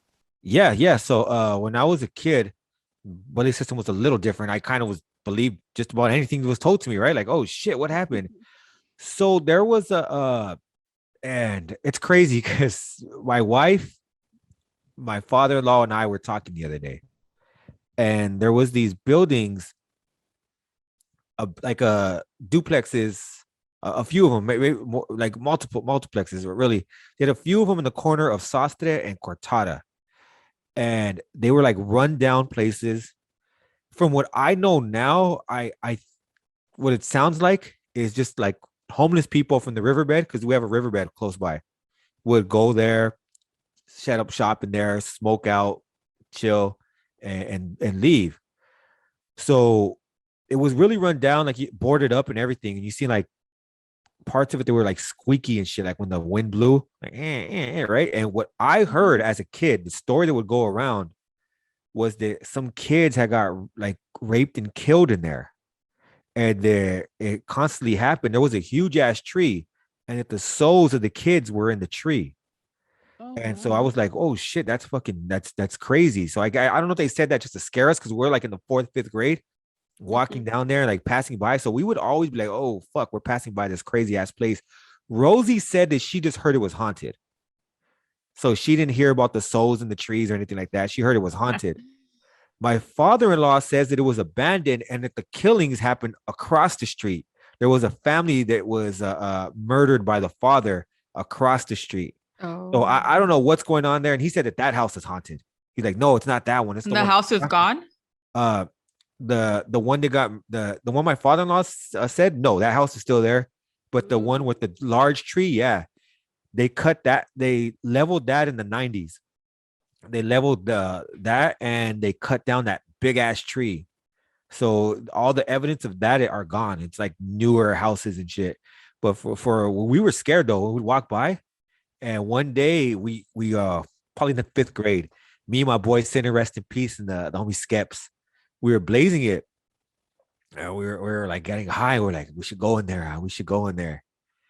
And we're about like 10 years old, 10, 11 years old. So we walked closer and closer, and at the last minute, we're just like, nah, it's cool. Because we're kind of like, you go, no, you go, you go. So we never went in there, but we wanted to. I think if we would have been in our teens, like our later teens, not even later teens, like earlier teens, 13, 12, we would have probably went in there. But at 10, 11, nah, we were still kind of scared. Like, nah, we ain't going in there. So we didn't test the waters. But I heard it was haunted.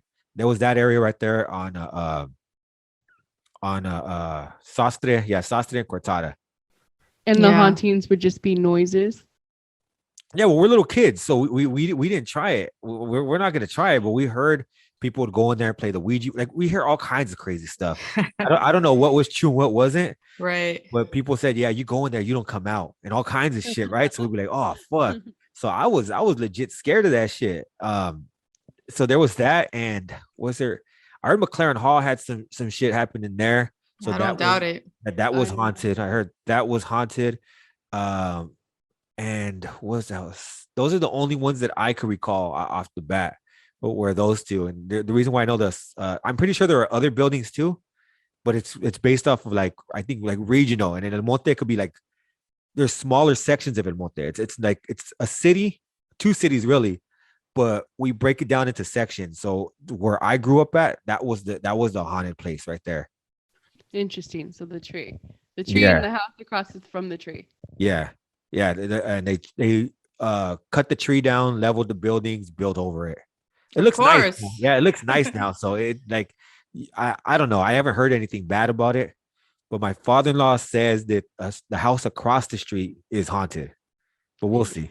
Yeah. Well, any of our listeners out there, if you're listening and if you are from El Monte and you have ghost stories, send us a message. We'd love to hear about it. Yeah. And just to thank you for that.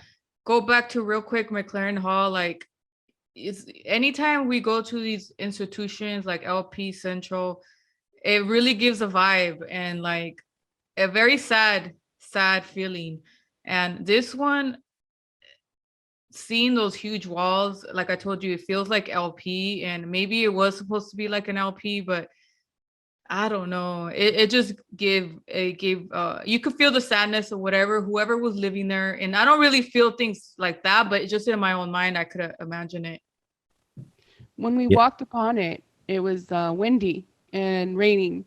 So it was already dreary and raining, and it was silent because the front of I don't know, the street was just very quiet. There wasn't a lot of Oh. traffic. And all you could hear is the pinging and the tinging of the flagpole. So it was a Yeah. very odd moment, just the whole feel, and it really put it all there right in front of us. That this isn't a place that, that's a good place. Yeah, and it's a trip. But I don't know if there's any hauntings, but I know down the street, on Maxon, you had the right down the street, the next street over, you had the infamous Maxon murders that happened there. They were all over the news. Oh wow. Yeah, where a family got killed over. I can't really speak on that one. You know what I mean? Oh, I But think I know what you're talking about. yeah, but that happened right there. I didn't know Maxon. that. I think I know what you're talking about, but Yeah, it's a block over. from here. oh wow. Okay, so we probably will have to do this into two parts if it's too long. We'll see. But I mean, we have a lot to talk about. Yeah. Okay, so I don't want to judge these historical societies because I haven't been to them yet, but I noticed there was two different ones, and I noticed that there's a pioneer theme to part of the town with pioneers, which I don't like pioneers because it's cheesy as fuck. I Yeah. think of Knott's Berry Farm. But I mean, no, all kidding aside, like it had like the pioneer theme. And then the other one was more of like, let's bring the Chicano history. So tell us about these. I'm not going to talk about it because I've never been into them, but what do you know about these two historical societies? Why are they separated? Yeah, so I've been in both of them. The first one we went as a class project, and they tell you about like the Gays Lion Farm, obviously, the different people who came from El Monte. I guess there was some early Dodgers players when the Dodgers first came to California, and they also had something that seemed pretty racist called the Monte Boys. Oh, Were like rangers, and they would go and like kind of like bounty hunters, kill people and shit like that for money and look for criminals or whatever. I'm pretty sure a lot of them were probably, there was no real due process back then. right. Also, you had the Monte Boys there. So they told you the history of that, where El Monte High School first originated, before the fire, when it was relocated and all that. So they tell you there's a lot of history that they about the city that they tell you about, which is important for you to know. But again, it's kind of like you said, whitewashed. It's kind of a Mhm. making it seem like this is great, this is all good. But it's like they don't tell you about the injustices that happen in the city of El Monte at all. So they tell it from their perspective. The other one, the La Historia Society Museum, is more dedicated to the barrios of El Monte and South El Monte. Yeah. Yeah, so that one is dedicated to the again the first one of the largest barrio back then was the Hicks camp, the Hayes camp. The smaller ones were like Las Flores camp, Cantaranas, La Misión, Wiggins, Chino camp, Granada, all of those. So they have pictures of the barrios, how the city used to look, the people of notoriety that came from those areas. So yeah, that's I actually like that one, and I tried when I did my history of El Monte video. I tried to go in there. They would not. They're going through a renovation. They said, and they didn't want me in there. So Oh, really? They were not open to that? no, because I think mine was focused on how the point of the whole thing was how segregation kind of molded the gangs in El Monte. So that was yeah, yeah. that was the whole point of that video. That's why I talked about it, because it's basically through necessity. Gangs came through necessity at that point. And so I explained a little bit to them, because I'm honest. I'm not gonna lie. Oh, I just wanted, like, fuck no, this is what I want to do. They weren't down with that. So yeah, they said, nah, well, we can maybe have somebody else speak to you, a professor, maybe he'll be more willing to. I said, yeah, give him my number. They gave him my number, and he never called me. So they are talking about the camps and stuff, but they still want to minimize like the history. They want to minimize the gang history of the camps. Oh man. Yeah, so I could understand that to a degree, but at the same time, it's like, this is what It's still history. Yeah, and like, this is why it regardless. was created. Those gangs you see that are still there to this day are a product of this segregation and being ostracized. So why not look at this past, and you could figure out how to embrace lower income people into, bring them into the fold. That way they won't have to turn to drugs and gang banging and things of that nature. But it just seems like they want to, like you guys were saying earlier, cover up most of the history and paint their own narrative of it. And because of that, I think Monte will continue to have problems until gentrification fully takes over it. But at the same time, one thing that makes me a little skeptical about El Monte is, who the fuck wants to move to El Monte? Right? So that's not a place where you're not going to find a lot of people trying to be in the Hollywood limelight moving to El Monte. Yeah. So that's why I think it's going to be a little harder to gentrify, but we'll see. Yeah. I mean, I always say, regardless if the history is not pretty, it's still history. And I mean, we're learning about wars and all kinds of chaos throughout history. Why can't we learn about the street history? You know what I mean? Yeah, definitely. It's ridiculous. But yeah, so when I seen even the separation from this, I wondered, like, why is it separated? Why did they have to have a different society? Yeah, it's because this one is focusing on the barrios, the Chicanos of those time periods. The other one just focused on the pioneers. Right, the pioneers. Yeah. Yeah. Okay. So so this is pretty famous. I mean, this is what we kind of all hear when we hear kind of El Monte, of this stadium that was known for Art Laboe and oldies. And I mean, I didn't really know how it ever looked. I mean, I just heard about it and heard the song Memories of El Monte, right? Yeah. And kind of imagined what it would like. What was it like growing up knowing about this place? Because I mean, obviously it was torn down in the 70s and before your time. What did you learn about this growing up, or your parents or grandparents? Just that there were a lot of dances. They called them dances. I don't even know. Like I would assume concerts. They called them dances. There were a lot of dances that went on there, and you had people from all over the place coming to El Monte. And that's what I was saying earlier, is that you had a lot of these things going on at different time periods. So you had Gay's Lion Farm that was taken out, and by the time that was ending, the music boom of the rock and roll era, R&B era, started coming out, and El Monte played a major part of that in Southern California. or where you had people coming to Southern California and they would come to El Monte. So you had people from all over LA County coming over to dance and party. And then that eventually, I don't know what happened. I don't know why it shut down. Honestly, that one I never knew, but I know that they made a post office. So the post office is right there. And it's boring looking. Well, what I read was that the city council at one point was trying to they took the license away of the guy that ran it, and I think they gave it back, but they were trying to take it away because they didn't want people from East LA, Mexicans or blacks coming down to the area, because they didn't want like that kind of crowd coming in and whatnot. And so they took it away, I think, for a short time, and I think they fought for it to get it back. But that was one reason, because the council was kind of acting like not. Yeah, the city council, it just seems like there's a common theme with the history of El Monte. The city council will just decide what's best for the city and erase everything that really made the city unique.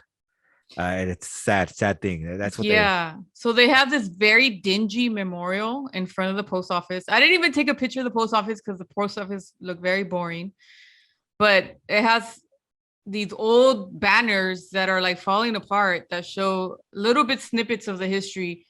I guess the Olympics went there in the 30s for wrestling, and the dances, the Art Laboe, but it's really very sad remembrance to what it really was with these dingy posters or banners, right? Yeah, just like the La Historia Museum, like it's a small building. Yeah. So like the things that really made the city unique, you're just gonna have a small little section for explaining those things and remembering those things. It is really sad. What do you think, Sabrina, of the post office?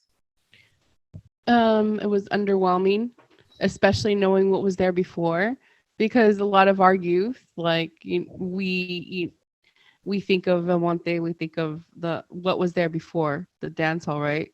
Yeah. So the songs, the oldies, Art Laboe, Hug You Boy, KRLA, that's like a big memory, and we never been there before, but we heard about El Monte because of the songs, and we think about the dances, and we think about what would have happened. And the post office just is super underwhelming. The only thing I really even liked about the post office was the fact that the train tracks are right there, and the mountain scene. Yeah, the background had absolutely nothing to do with the post office. Right. But yeah, it was super underwhelming. So yeah, I mean, I think some of the scenes that we seen were, I think now I was able to like pull out whatever I could to, that was interesting. So that definitely. And you did a great job. Yeah, honestly. really, yeah. You did a wonderful job on all your research. That was some great little snippets besides, having Javier to express and tell us about the city. It was a little rough. We had to do uncovering, and you did a great job. Thank you. But we definitely wanted your perspective because you're living it, and you were there for so long, and you decided to move away further eventually, right? But you were there long enough to really know that city front and back, right? Yeah, going back to my original part of the story of me. One of the reasons that I felt I had to move, well, Rosie was my wife. She's the one that said, we have to leave. That's just because the allure and the attraction of the gang, she felt was going to be too great for our children to overcome. Yeah. So she said, we need to get them out of this city so they can have a chance. My son even told me the other day that he thought like he's nothing like that, but he thought that he would have been hardcore. He would have been there.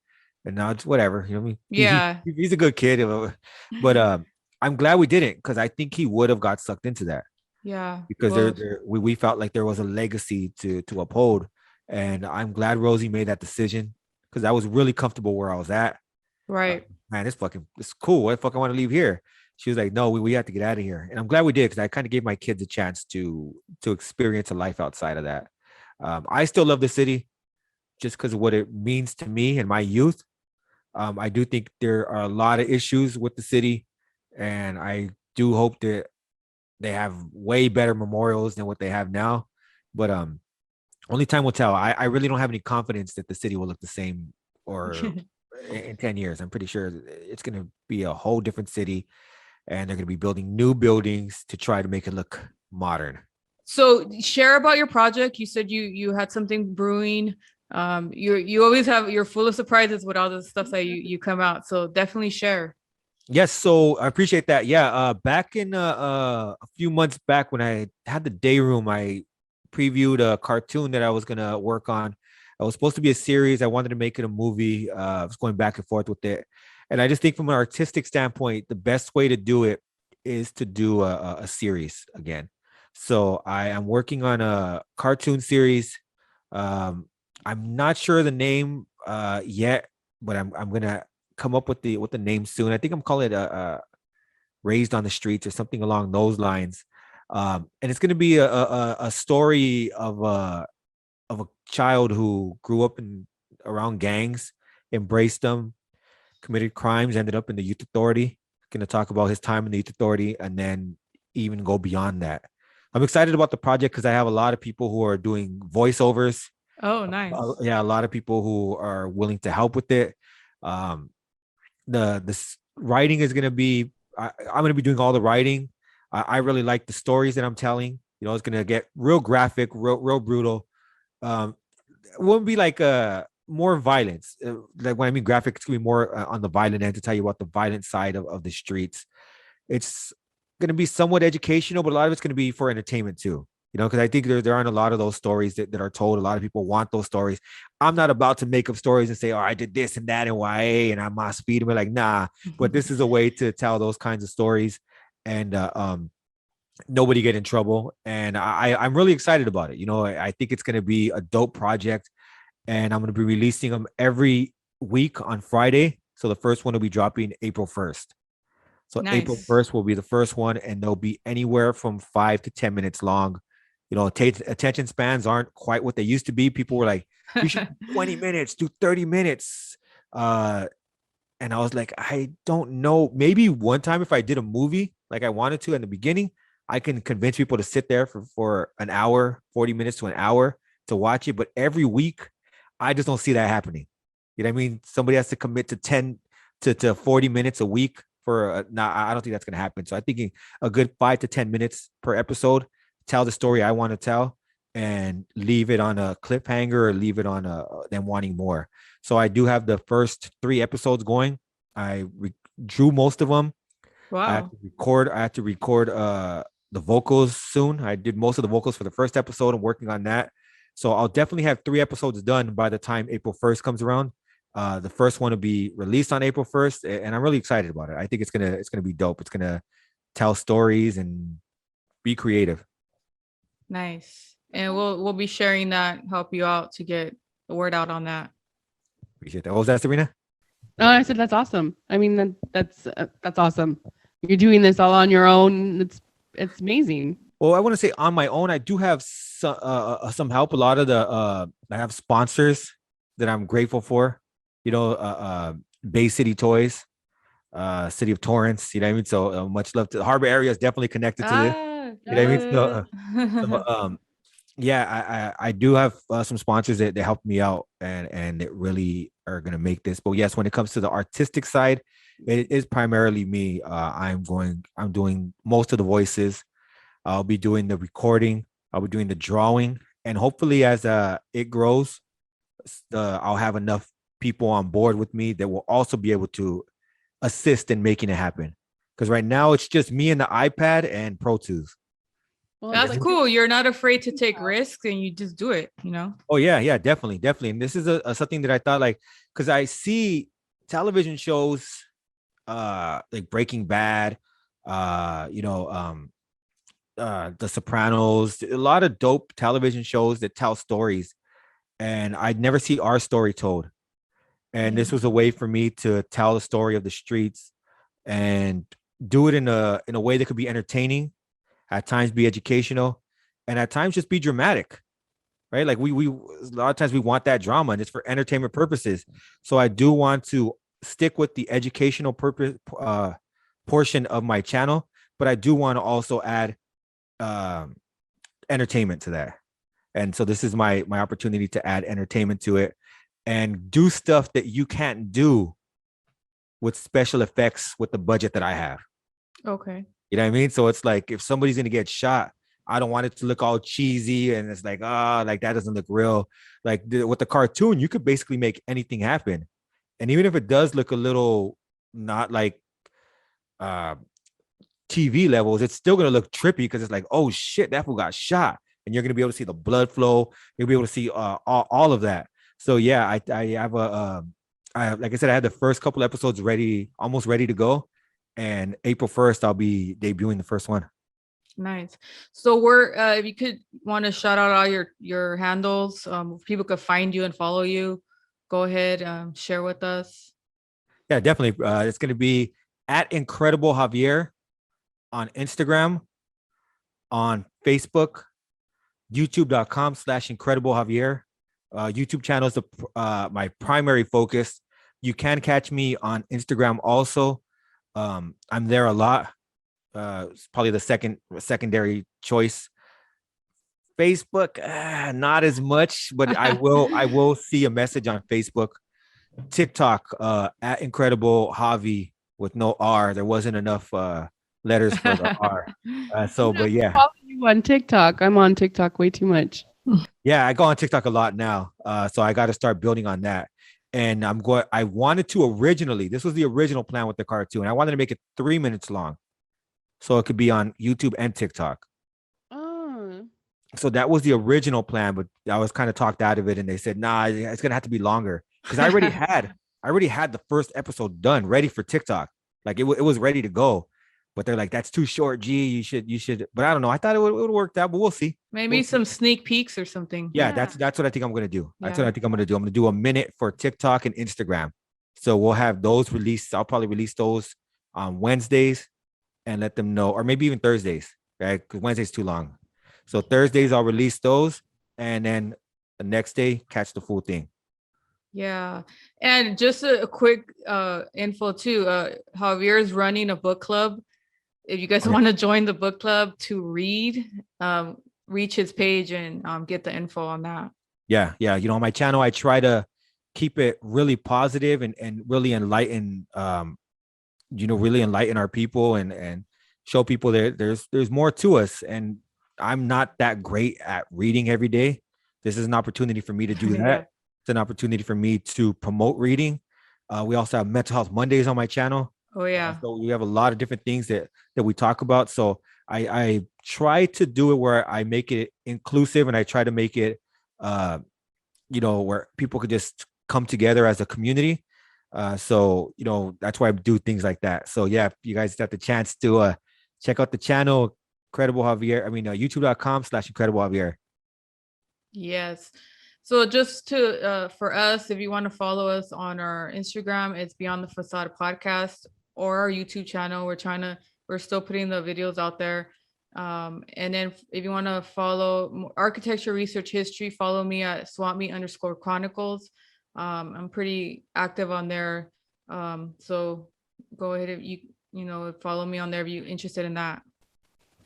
I'm at observing spooks and other vices, and observing_spooks_ and other vices, and check me out periodically. Yes. Okay. Thank you, everybody. Thank Thank you, Javier. It was great having Thank you guys. on. Appreciate it. All right. Bye. Peace.